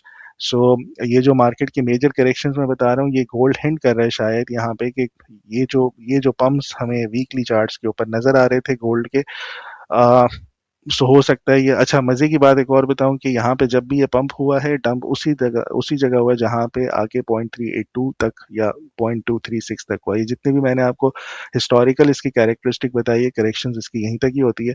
सो अब ये 0.236 की करेक्शन 4675 बनती थी, ये फ्राइडे को हो गई है। अब यहाँ से थोड़ा बहुत और अगर नीचे आता है 4000, 4200, सो मेरे ख्याल में आइडियल बाइंग होगी। अगेन यहाँ से बाउंस करके, ये सिंगल टॉप नहीं होता, टाइम लेगा, दोबारा आएगा। अगर ये टॉप है भी तो ये लोअर हाई जरूर बनाने ऊपर आएगा, बाउंस करने आएगा। सो position building without taking any big risk, without taking any बहुत बड़े लेवरेजेस, सो उसके ऊपर अगर आप इसकी पोजीशंस को ऐड करते जाते हैं, यहाँ पे बाउंस आएगा तो एक अच्छे प्रॉफिट्स हो सकते हैं। सो स्टिल मेरे लिए यहाँ पे शॉर्टर टर्म के लिए एक अच्छी वॉलेटिलिटी को मैं बहुत अच्छे तरीके से यूं प्ले कर सकता हूँ कि जब भी मेरे पास रिवर्सल शॉर्टर टाइम फ्रेम्स पे नजर आएंगे, मैं बाय वाली साइड पे रहूंगा। लॉन्ग रन पे अगर मुझे बाइंग करनी है तो मैं अपने फिजिकल पैसों पे या फिजिकल गोल्ड की शक्ल में इसकी वैल्यू बाइंग करते रहूंगा। आने वाले टाइम पे ये लॉन्ग रन में बुलिश है। बाकी इसके हम फंडामेंटल्स अमार से डिस्कस करते हैं। जी अमार, मेरा तो पॉइंट ऑफ व्यू ये है कि ये नीचे आएगा, एक्यूमुलेट होगा, बेसिक पैटर्न बनाएगा, एंड देन दोबारा नेक्स्ट लेग इसकी तैयारी शुरू हो जाएगी अगले साल से, और फिर शायद 2030 में जो आपके टारगेट्स है $9,000 के, उसको जाके हिट कर जाए। सो आप क्या रिकमेंड करते हैं फंडामेंटल्स के ऊपर? अभी डेटा देख के क्या समझ आ रही है आपको? अच्छा, पहले सीजनल्स पे थोड़ा सा डिस्कस कर लेते हैं। ऑल्दो अगर आप यहाँ पे देखें, फरवरी में गोल्ड जो है वो काफ़ी ज़बरदस्त किस्म का इसमें रैली करता है। प्लेटिनियम पे चले जाएं, ये भी ऊपर जा रहा होता है। प्लैटिनम पे चले जाएं, ये भी ऊपर जा रहा है। और सिल्वर में भी ये भी ऊपर जा रहा है, ठीक है। लेकिन दैट डजंट मीन कि आपका हर दफ़ा जो है ये यही सिनेरियो ऐसा प्ले करेगा, क्योंकि सिर्फ हम ये नंबर नहीं देख रहे होते, हम साथ में नॉन कमर्शियल की पोजीशन देख रहे होते हैं, साथ में डॉलर की पॉलिसी जो है उसके ऊपर नजर रख रहे होते हैं। इस टाइम पे डॉलर की जो पॉलिसी लॉन्गर टर्म के हिसाब से जो है वो डोविश है, यानी कि जो इंटरेस्ट रेट कट की वो बातें कर रहे हैं, उसकी बेस के ऊपर आने वाला जो वक्त है, ये सिर्फ एक हफ्ते की बात नहीं कर रहा, 6 महीने या 1 साल की बात कर रहा हूं, वो डोविश रहेगी। इसका मतलब है कि गोल्ड के अंदर थोड़ा सा एक्सपोजर रह सकता है। हो सकता है शॉर्ट टर्म के अंदर गोल्ड जो है वो थोड़ा सा नीचे चला जाए, थोड़ा सा नीचे रहे, जिस तरह से आपने बताया कि रेंज बाउंड वाली सिचुएशन में चला जा सकता है। तो उससे भी हमें एक आइडिया मिल सकता है कि शायद ये सिनेरियो हो जाएगा। और दूसरी चीज जो मेजर एक मैं यहाँ पे आप लोगों को दिखाता चलूं कि आपके जो अभी हमने फंडामेंटल्स की जिस तरह से फराज ने अपने एंड पे बात की, सो अगर यही चीज मैं जाके बैक इन द 2020s के अंदर मैं यहाँ पे देखूं, तो आपकी नॉन कमर्शियल की जो पोजीशंस हैं वो काफी हद तक मुझे ऑलरेडी ये चीजें बता देती हैं। जैसे यहाँ पे देखें, कोविड के अंदर, कोविड से पहले पहले अगर आप यहाँ पे देखो, फरवरी में तकरीबन नॉन कमर्शियल की पोजीशन कितनी ज्यादा थी, फिर उसके बाद गिरते गिरते ये तकरीबन 250 तक आ गई, यानी कि 3-4 महीने के अंदर इतना खास डंप आया, जिसकी वजह से आप देखो पोजीशन ही बता रही होती हैं कि आपका सिनेरियो क्या चल रहा है, ठीक है। फिर उसके बाद 2021 में अगर आप चले जाते हो, तो यहाँ पे भी थोड़ा सा आपकी मार्केट्स जो नीचे आई थी, तो अगेन आप यहाँ पे देखें, यहाँ पे अगर आप देखो फरवरी में, उसके बाद से आप नंबर जो है आपके डिक्लाइन होते जा रहे हैं, 21 से तकरीबन 189 इतने तक आ रहे हैं। फिर उसके बाद अगर आप यहाँ पे आ जाएं, और अब जो है अगर रिसेंटली अगर आप देखोगे, तो अब जो है नंबर्स काफी हद तक 2026 में ये ऊपर जा रहे हैं। यही चीज अगर आप ग्राफ वाइज देखें, तो ग्राफ में भी हमें सिमिलर सिचुएशन नजर आती है। यहाँ पे अगर आप देखो 2022 में यहाँ पे ये नंबर्स नीचे आना शुरू हो गए नॉन कमर्शियल्स के, यानी कि पोजीशन जो है वो काफी हद तक कम हो रही है। सिमिलरली अगर आप देखेंगे 2023 में ये नंबर अगेन ऊपर जाना शुरू हो गया है। रिसेंटली 2025 के स्टार्ट में थोड़ा सा नीचे आया था, और उसके बाद ये लगातार ये काफी हद तक ऊपर गया। अभी जो है रिसेंटली अगर आप देखो, थोड़ी सी पोजीशंस अब जो है ये 27th, अभी मेरे ख्याल से बैक एंड पे मेरी टीम ने इसको अपडेट कर दिया है, which is a good sign. तो अभी हम फौरी तौर पे देख लेते हैं कि नंबर जो हैं ये बैक एंड पे कितना इंप्रूव नीचे गिर रहे हैं या बेहतर हो रहे हैं, ठीक है। सो अगेन अगर आप यहाँ पे, अच्छा खैर अभी ये मेरे ख्याल से ये वाला अपडेट नहीं हुआ, लेकिन ग्राफ में मेरे ख्याल से ये अपडेट हो गया। यहाँ पे अगेन आप देखो तो 27 जनवरी एकदम से शार्प डिक्लाइन मुझे नजर आ रहा है, which is a good sign, हमें फौरी तौर पे पता लग गया है। सिल्वर में अगेन आ जाते हैं, तो यहाँ पे भी अगेन आप देखते हैं, तो ये भी नंबर अब एकदम से काफी हद तक नीचे आया है। प्लैटिनम पे देख लेते हैं कि प्लैटिनम प्लेटियम के अंदर अब जो नंबर है ये काफी हद तक नीचे आ रहा है, ऊपर आई, ये भी अगेन इसमें भी सेलिंग थोड़ी सी नजर आ रही है। एंड लास्ट जो है प्लेटियम, इसको भी देख लेते हैं। सो प्लेटियम में पहले ऊपर जा रहा था, लेकिन लास्ट वीक जो ये वाला जो वीक आया, इसमें भी ये भी थोड़ा सा डिक्लाइन आया। तो इसका मतलब है कि थोड़ी सी सेलिंग अब commitment of traders non commercial की लास्ट वीक के अंदर ये थोड़ी सी नजर आ रही है। टेबल में अभी ये अपडेट नहीं हुआ, थोड़ी देर तक हो जाएगा, बट ये चार्ट्स में बड़ा क्लियर शो कर रहा है कि हो सकता है जो भी फराज बात कर रहा है कि ये थोड़ा सा कंसोलिडेट हो जाए, तो ये सिनेरियो मुझे भी नजर आ रहा है। और दूसरी बात ये कि जो आपके पीएमआई नंबर्स हैं यूएस के, वो भी ऊपर जाने के चांसेस नजर आ रहे हैं नेक्स्ट वीक के अंदर। तो डॉलर स्ट्रेंथ होता हुआ नजर आ रहा है, और गोल्ड हो सकता है अगेन थोड़ा सा कंसोलिडेट कर ले। जी, बैक टू फराज। हमारे ग्लोबल मार्केट्स में NAS 100 की चार्ट्स को देख लेते हैं, और ये हम काफ़ी टाइम से इस कंटिन्यूशन पैटर्न जो नए हाइस की तरफ हम एक्सपेक्ट कर रहे थे जाएगा, और हम ये रिकमेंड कर रहे थे कि जब भी ये ब्रेक हो तो उस टाइम अटेम्प्ट करें। अब ब्रेक हुआ, सस्टेन नहीं कर सका, टारगेट्स के बहुत करीब से हुआ, लेकिन ऑल्दो के टारगेट्स हिट नहीं हुए, एंड देन दोबारा से नीचे आके हमने देखा कि डॉलर स्ट्रांग हो रहा था, तो मार्केट्स भी प्रेशर लेना शुरू कर दिया, फिर माइक्रोसॉफ्ट के रिजल्ट्स और बाकी वो आप उसके ऊपर बताइएगा। एनीवेज खैर, यहाँ पे राइट नाउ अगेन ये बड़े ही ट्रिकी और बड़ी चॉपी सेशंस इसके चल रहे हैं। सो मेरे ख्याल में अगर अगेन नीचे कहीं इसी जोन में आता है जो हम काफ़ी टाइम से देख रहे हैं, 2500, 25,100, 200 इस जोन में आता है, तो अटेम्प्ट करें with the stop loss of 24,600। Otherwise इंतज़ार ही करें। और जिन लोगों ने इसके ऊपर एंट्री ली हुई है ब्रेक अबव पे, तो मेरे ख्याल में अगेन आप भी इंतज़ार ही करें, उनके लिए स्टॉप लॉस फिर जो है 25,200 का होता है। और उसके बाद जब ये दोबारा नीचे इस जोन में आए 25,100 के अराउंड, तो फिर अटेम्प्ट किया जा सकता है। अगेन यहाँ पे ये देखना पड़ेगा कि ग्रीन कैंडल्स बन रही हैं, बाइंग आ रही है नहीं आ रही, अदरवाइज इंतजार ही कीजिएगा अगर एसएल हिट हो जाता है तो। So right now no man's land, और ये जो ब्रेकआउट हुआ सस्टेनेबल नहीं था, ये अच्छा साइन नहीं है। सो अगर बाउंस आता है तो एग्जिट कर जाएं, अदरवाइज इंतजार करें कि इस वाले सपोर्ट जोन पे अटेम्प्ट करें, एक चांस लेंगे 24,600 के एसएल के साथ। सो ओवरऑल इनडिसाइसिव सी पैटर्न है, नहीं समझ आ रही, रेंज में स्टक हुआ हुआ है, साइडवेज हुआ हुआ है। सो मेरे ख्याल में इसको अभी फिलहाल जिन लोगों ने ट्रेड्स नहीं की भी इसके ऊपर ओपन पहले, वो ना ही करें तो बेहतर है। हमार ये जो नैस 100 है, इतने चौपी सेशन चल रहे हैं, फिर हम देख रहे हैं कि रिजल्ट्स की एक्सपेक्टेशन जो थी वो उस तरह से नहीं आई, एकदम से मार्केट जो है वो क्रैश तो नहीं, बहुत तरीके से नीचे आके टूटी है। सो डू यू थिंक कि इसमें अभी आगे आने वाले टाइम पे पोटेंशियल है, या इस हफ्ते बेहतर परफॉर्म कर सकती है? अच्छा, यहाँ पे थोड़ा सा ना सिलेक्टिव हमें चलना चाहिए। सिर्फ नैसडैक को नहीं देखना चाहिए, बाकी भी कंपनीज को देखना चाहिए। अगर आप मेटा को देखें तो अगेन पहले बहुत नीचे जाता रहा, लेकिन अगेन रिजल्ट जो है इसका बहुत जबरदस्त आया। उसकी बेस के ऊपर अगर आप देखें 600 से तकरीबन 716 तकरीबन आप देख सकते हैं 20% का जंप बनता है। और उल्टा माइक्रोसॉफ्ट का जो है वो एकदम से नीचे गिर गया। तो एक बड़ा जिगजैग मार्केट में चल रहा है। यहाँ पे अगेन रिजल्ट्स के ऊपर बहुत डिपेंड करता है। जो हमने स्टॉक्स मैंने जो रिकमेंड किए थे नवंबर के अंदर, वो अभी तक माशाल्लाह बहुत जबरदस्त चल रहे हैं। अगेन आप यहाँ पे देखिए माइक्रो टेक्नोलॉजी कहाँ पे 70 से मैंने आपको खरीदवाया था, अब तकरीबन 450 को टच करके ये वापस थोड़ा सा है। सो अगेन जो कंपनीज आप देख रहे होते हैं फंडामेंटली, उसको ज्यादा आपने कंसिडर करना होता है। दूसरी चीज यहाँ पे मैं हमेशा से आपको कहता होता कि लीडिंग इकोनॉमिक इंडेक्स, कई दफा मैंने आपको ये बात की है कि मुझे लगता है कि आपके ये जो नंबर्स हैं दीज आर वेरी गुड। इस टाइम पे मुझे लगता है कि आपका सिनेरियो बुरा नहीं है, अच्छा चल रहा है, जिसकी बेस पे मुझे तो मार्केट क्रैश होते हुए नजर नहीं आती। ठीक है, ये जो नंबर है ये ग्लोबल लीडिंग इकोनॉमिक इंडेक्स है पूरा, अगर आप देखें पिछले 6 महीने में 160 से बढ़ के 198 पे आ गया हुआ है। और जब भी ये नंबर नीचे जाते हैं तो उसके कुछ 6 महीने के बाद जाके आपकी मार्केट्स क्रैश करना शुरू करती हैं, या आप कह लें कि एक सॉलिड किस्म की नीचे आती हैं। तो ये अगेन आप देख रहे हो नंबर, तो ये मेरे एंड पे तो बहुत ऊपर जा रहा है। सो मुझे तो इतना ऐसा नहीं लग रहा कि मार्केट नीचे आएगी। हो सकता है शॉर्ट टर्म के बेस के ऊपर आ जाए, बट लॉन्ग टर्म के हिसाब से अभी तो सिनेरियो ऐसा बिल्ड होता हुआ नजर नहीं आ रहा। जी, बैक टू फराज। सही है। मेरे ख्याल में अब क्रिप्टो को डिस्कस करते हैं, सलमान को इनवाइट करते हैं और उनसे बाइस लेते हैं क्या चल रही है क्रिप्टो मार्केट में। जी थैंक यू फराज भाई, अमार भाई। मेरी स्क्रीन शेयर हो रही है? जी बिल्कुल हो रही है। सबसे पहले तो हमारा कल जो संडे बनता है 10 पीएम पे क्रिप्टो का वेबिनार होने वाला है, और यूट्यूब के अंदर भी उसकी पूरी अनाउंसमेंट है कि आपने किस तरह से उसके अंदर रजिस्टर करना है, तो आप वहाँ जाके देख सकते हैं। 10 पीएम पाकिस्तान टाइम संडे का टाइम होगा वो, तो जहाँ पे हम कंप्लीट डिस्कस करेंगे। उस वीडियो के अंदर आप जाके देख सकते हैं चैनल के ऊपर कि जो जो सेक्टर्स और जो जो चीज़ों को, जिन जिन एजेंडा आइटम्स को मैं कवर करूँगा, वो डिटेल में उसके अंदर मेंशन किए हुए हैं। ये एक सॉर्ट ऑफ अनाउंसमेंट थी उस एंगल से।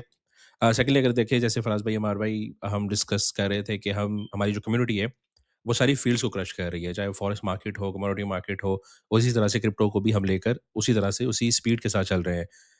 स्पॉट की पोजीशंस चाहे डाउन आती हैं, अगेन एक रोलर कोस्टर जर्नी होती है पूरी, तो फिर हम ये करते हैं कि हम एक्टिवली ट्रेडिंग करके हमारे जो स्पॉट की पोजीशंस अगर डाउन भी आई हैं, तो हम उनको फिल अप करने की कोशिश कर रहे होते हैं, ताकि हमारा जो एक साइकिल है वो चलता रहे।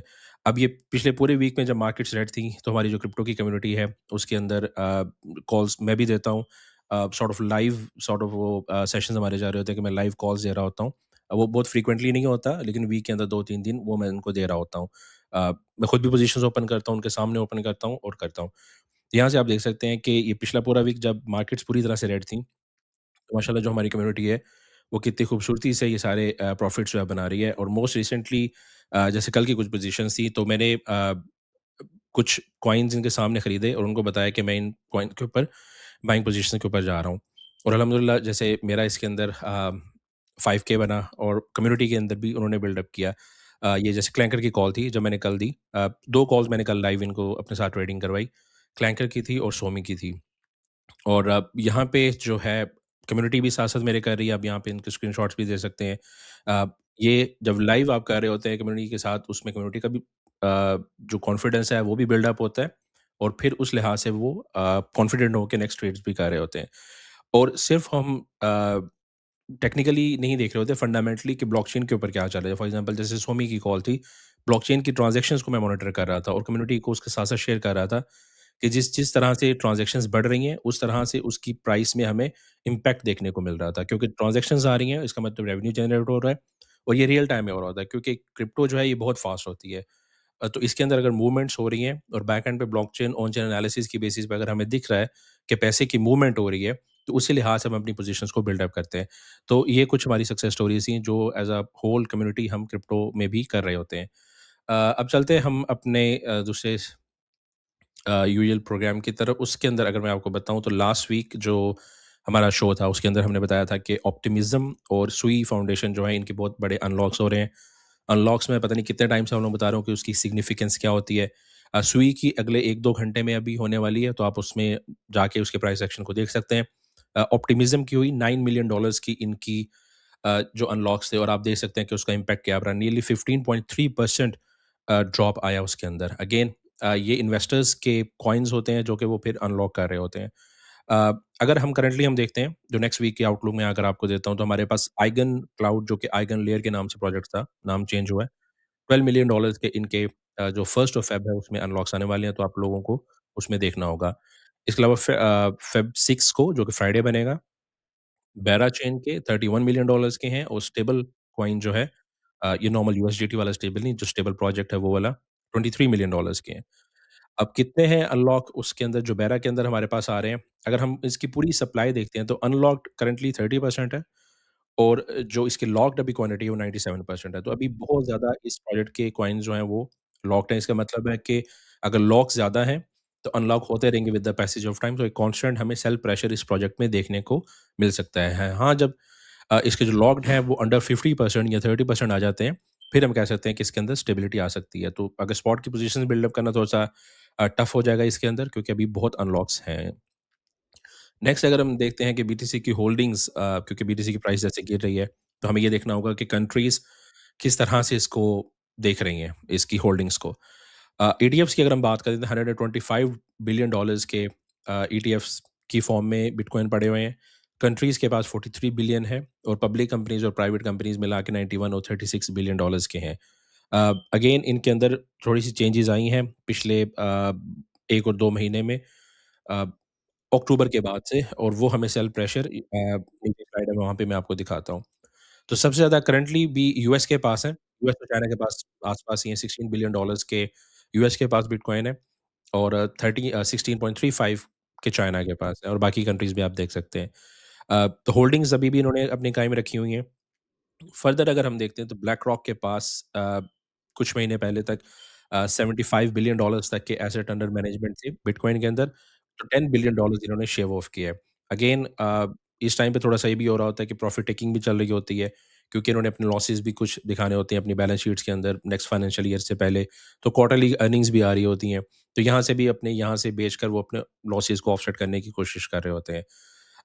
लेकिन करंटली तो ये कॉन्फिडेंस थोड़ा-सा देते हैं कि $65 बिलियन के बिटकॉइन अभी ब्लैक रॉक के पास है और बाकी फंड्स भी आप यहाँ पे देख सकते हैं। जो हम इसमें इनका प्रेशर देख रहे हैं कि कब से इन्होंने सेलिंग प्रेशर स्टार्ट किया, तो अक्टूबर से अगर आप देखते हैं यहाँ पे 30th ऑफ अक्टूबर से स्टार्ट हुआ था कि इन्होंने शेव ऑफ करने शुरू कर दिए थे अच्छी खासी। यहाँ पे आपको रेड्स काफ़ी ज़्यादा मिलेंगे, यानी कि जिसमें हमारे पास ब्लैक रॉक जैसे हम डिस्कस कर रहे थे कि नियरली ओवर $10 बिलियन के इन्होंने शेव ऑफ किए हैं पिछले 2-3 महीने के अंदर और यहाँ पे वो हमें दिख भी रहा है। तो जैसे ही हमारे पास यहाँ पे बाइंग प्रेशर आएगा, हम आपको यहाँ पे ज़रूर बताएँगे कि वहाँ पे बाइंग प्रेशर आना शुरू हो गया उनके अंदर। नेक्स्ट अगर हम टॉप परफॉर्मिंग जो सेक्टर इस वीक के हमारे पास रहे हैं, उसकी हम बात करें तो ब्रिजिंग सेक्टर जो लेयर 1 टू लेयर 2 ब्रिजिंग हो सकती है, डिफरेंट एक्सचेंजेस की हो सकती है। उसकी परफॉर्मेंस 3.5% रही।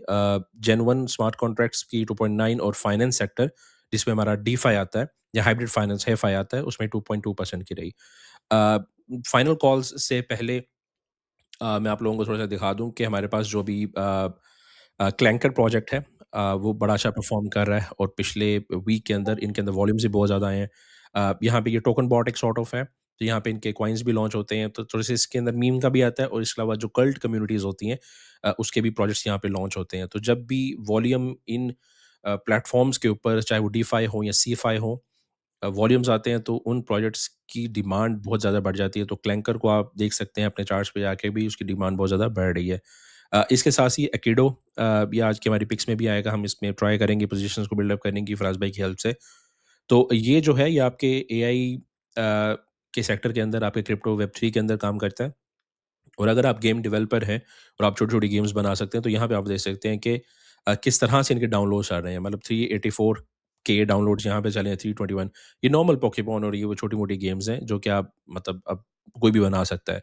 तो अगर आप सॉफ्टवेयर डेवलपर हैं, तो यहाँ पे आप अपनी गेम्स को लगा सकते हैं और खेलने वाले जब इनको खेलेंगे तो ये प्ले टू अर्न भी देते हैं और इनके एयर ड्रॉप्स भी बहुत ज़्यादा चल रहे हैं। तो अगर आप इन गेम्स को बिल्ड करते हैं या इन गेम्स को जाकर खेलते हैं, तो एक्िडो कॉइन्स आपको मिलना शुरू हो जाएँगे।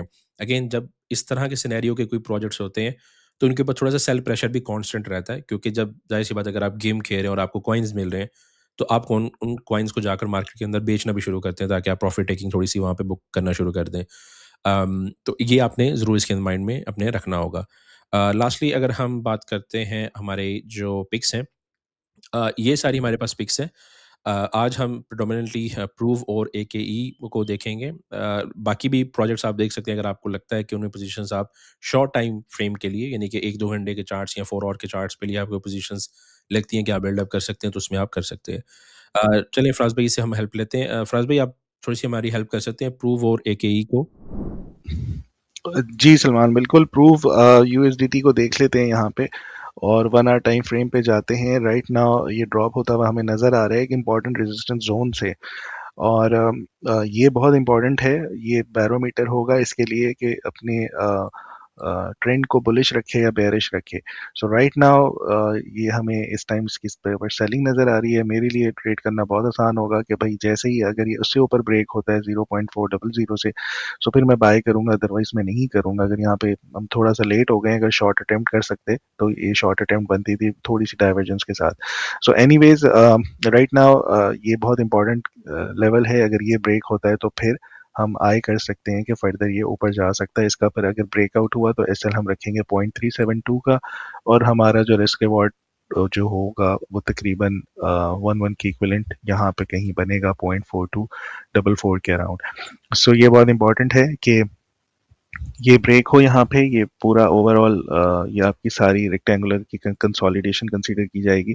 अगर ये सस्टेन कर गया ऊपर तो फिर ये फर्दर ऊपर रैली भी करता हुआ नज़र आएगा, जो यहाँ कहीं इन हाइस को भी जाके टेस्ट कर सकता है। सो ये बहुत इंपॉर्टेंट लेवल है, इस पे नज़र रखें। बाय स्टॉप का ऑर्डर या पेंडिंग ऑर्डर लगा के रखें। अच्छा, दूसरा आपने कहा केडो यूएसडीटी, इसके ऊपर हमारे पास यहाँ पे सिंपल बुलिश डाइवर्जेंस बनी है। 4 आवर का टाइम फ्रेम है और इस टाइम इसने अपने लोअर हाई को ब्रेक करके वापस आके उसको टेस्ट कर रहा है।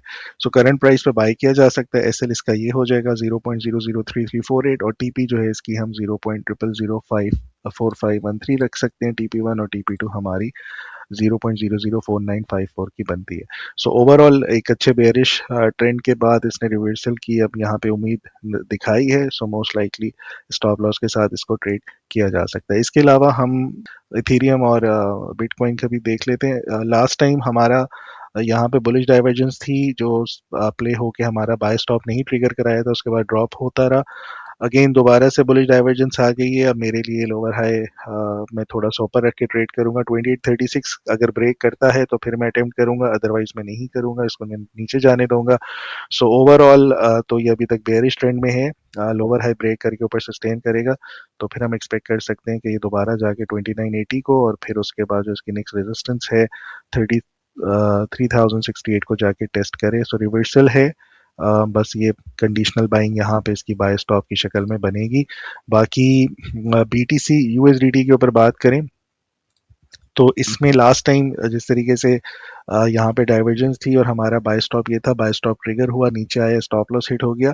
सो अगेन अब हम सेकेंड अटेम्प्ट करने की कोशिश करेंगे स्विंग 1 आवर स्विंग के ऊपर। वो यही है कि यहाँ पे बुलिश डाइवर्जेंस बनी है और 84,900 अगर ये ब्रेक करके सस्टेन कर रहा होगा तो हम फिर बाय स्टॉप यहाँ पे लगा के या कंडीशनल बाइंग के थ्रू यहाँ बाइंग करेंगे। स्टॉप लॉस इस केस में हमारा 81,800 का हो जाएगा अगर ये ब्रेक करता है। तो फर्स्ट टारगेट 87,800 है और सेकंड टारगेट 90,000 है। जिस तरीके से हम अभी थ्रू आउट इस पूरे शो में डिस्कस करते रहे कि यूएस डॉलर स्ट्रांग हो रहा है, ये एक मेन वजह है। यूएस डॉलर स्ट्रांग हो रहा है तो आपकी क्रिप्टो जो है वो स्टिल स्ट्रगल करती हुई नज़र आ रही है। सो इस लेवल के ऊपर आए करें, ये ब्रेक होकर सस्टेन करता है तो फिर आए करेंगे हम 1 और 2 के टारगेट्स के लिए। जी अमार और सलमान, मेरे ख्याल में काफ़ी कुछ डिस्कस हो गया, रैप करते हैं इसको। परफेक्ट हो गया। चलें, ऑलरेडी आप लोगों ने देख लिया, सारी मार्केट्स हमने कवर कर दी। मार्केट्स डाउन भी थी, रेड भी थी, तो तब भी हमने काफ़ी हद तक जो फंडामेंटल्स आप लोगों को दिखाई भी हैं, कॉल्स भी दिखाई हैं, काफ़ी हद तक वो ट्रिगर भी कर रही है। इवन आप देख लो कि 100% अगर वो ट्रिगर नहीं करती, 70% 80% विन रेट भी चल रहा होता है। ये जो टेक्निकल एनालिस्ट होते हैं उनको पता होता है कि this is a very good win rate, और अगर आप इसका रिस्क टू रिवॉर्ड भी अच्छा रखें तो तब भी आपका अच्छा रिजल्ट आते हैं। अच्छा, दूसरा अगेन अनाउंसमेंट यही है कि टेक्निकल एनालिसिस का अर्ली बर्ड डिस्काउंट इस टाइम अवेलेबल है। So if anyone wants to register तो आप लोग जाके सरमाया की वेबसाइट पे ट्रेडिंग पे रजिस्टर कर सकते हैं। चलिए नेक्स्ट वीक मिलते हैं। मेरी तरफ से, फराज की तरफ से, सलमान की तरफ से एंड सरमाया की तरफ से अल्लाह हाफिज़। सी यू गाइस नेक्स्ट वीक। सरमाया.com, जहां हर फैसला बने सरमाया।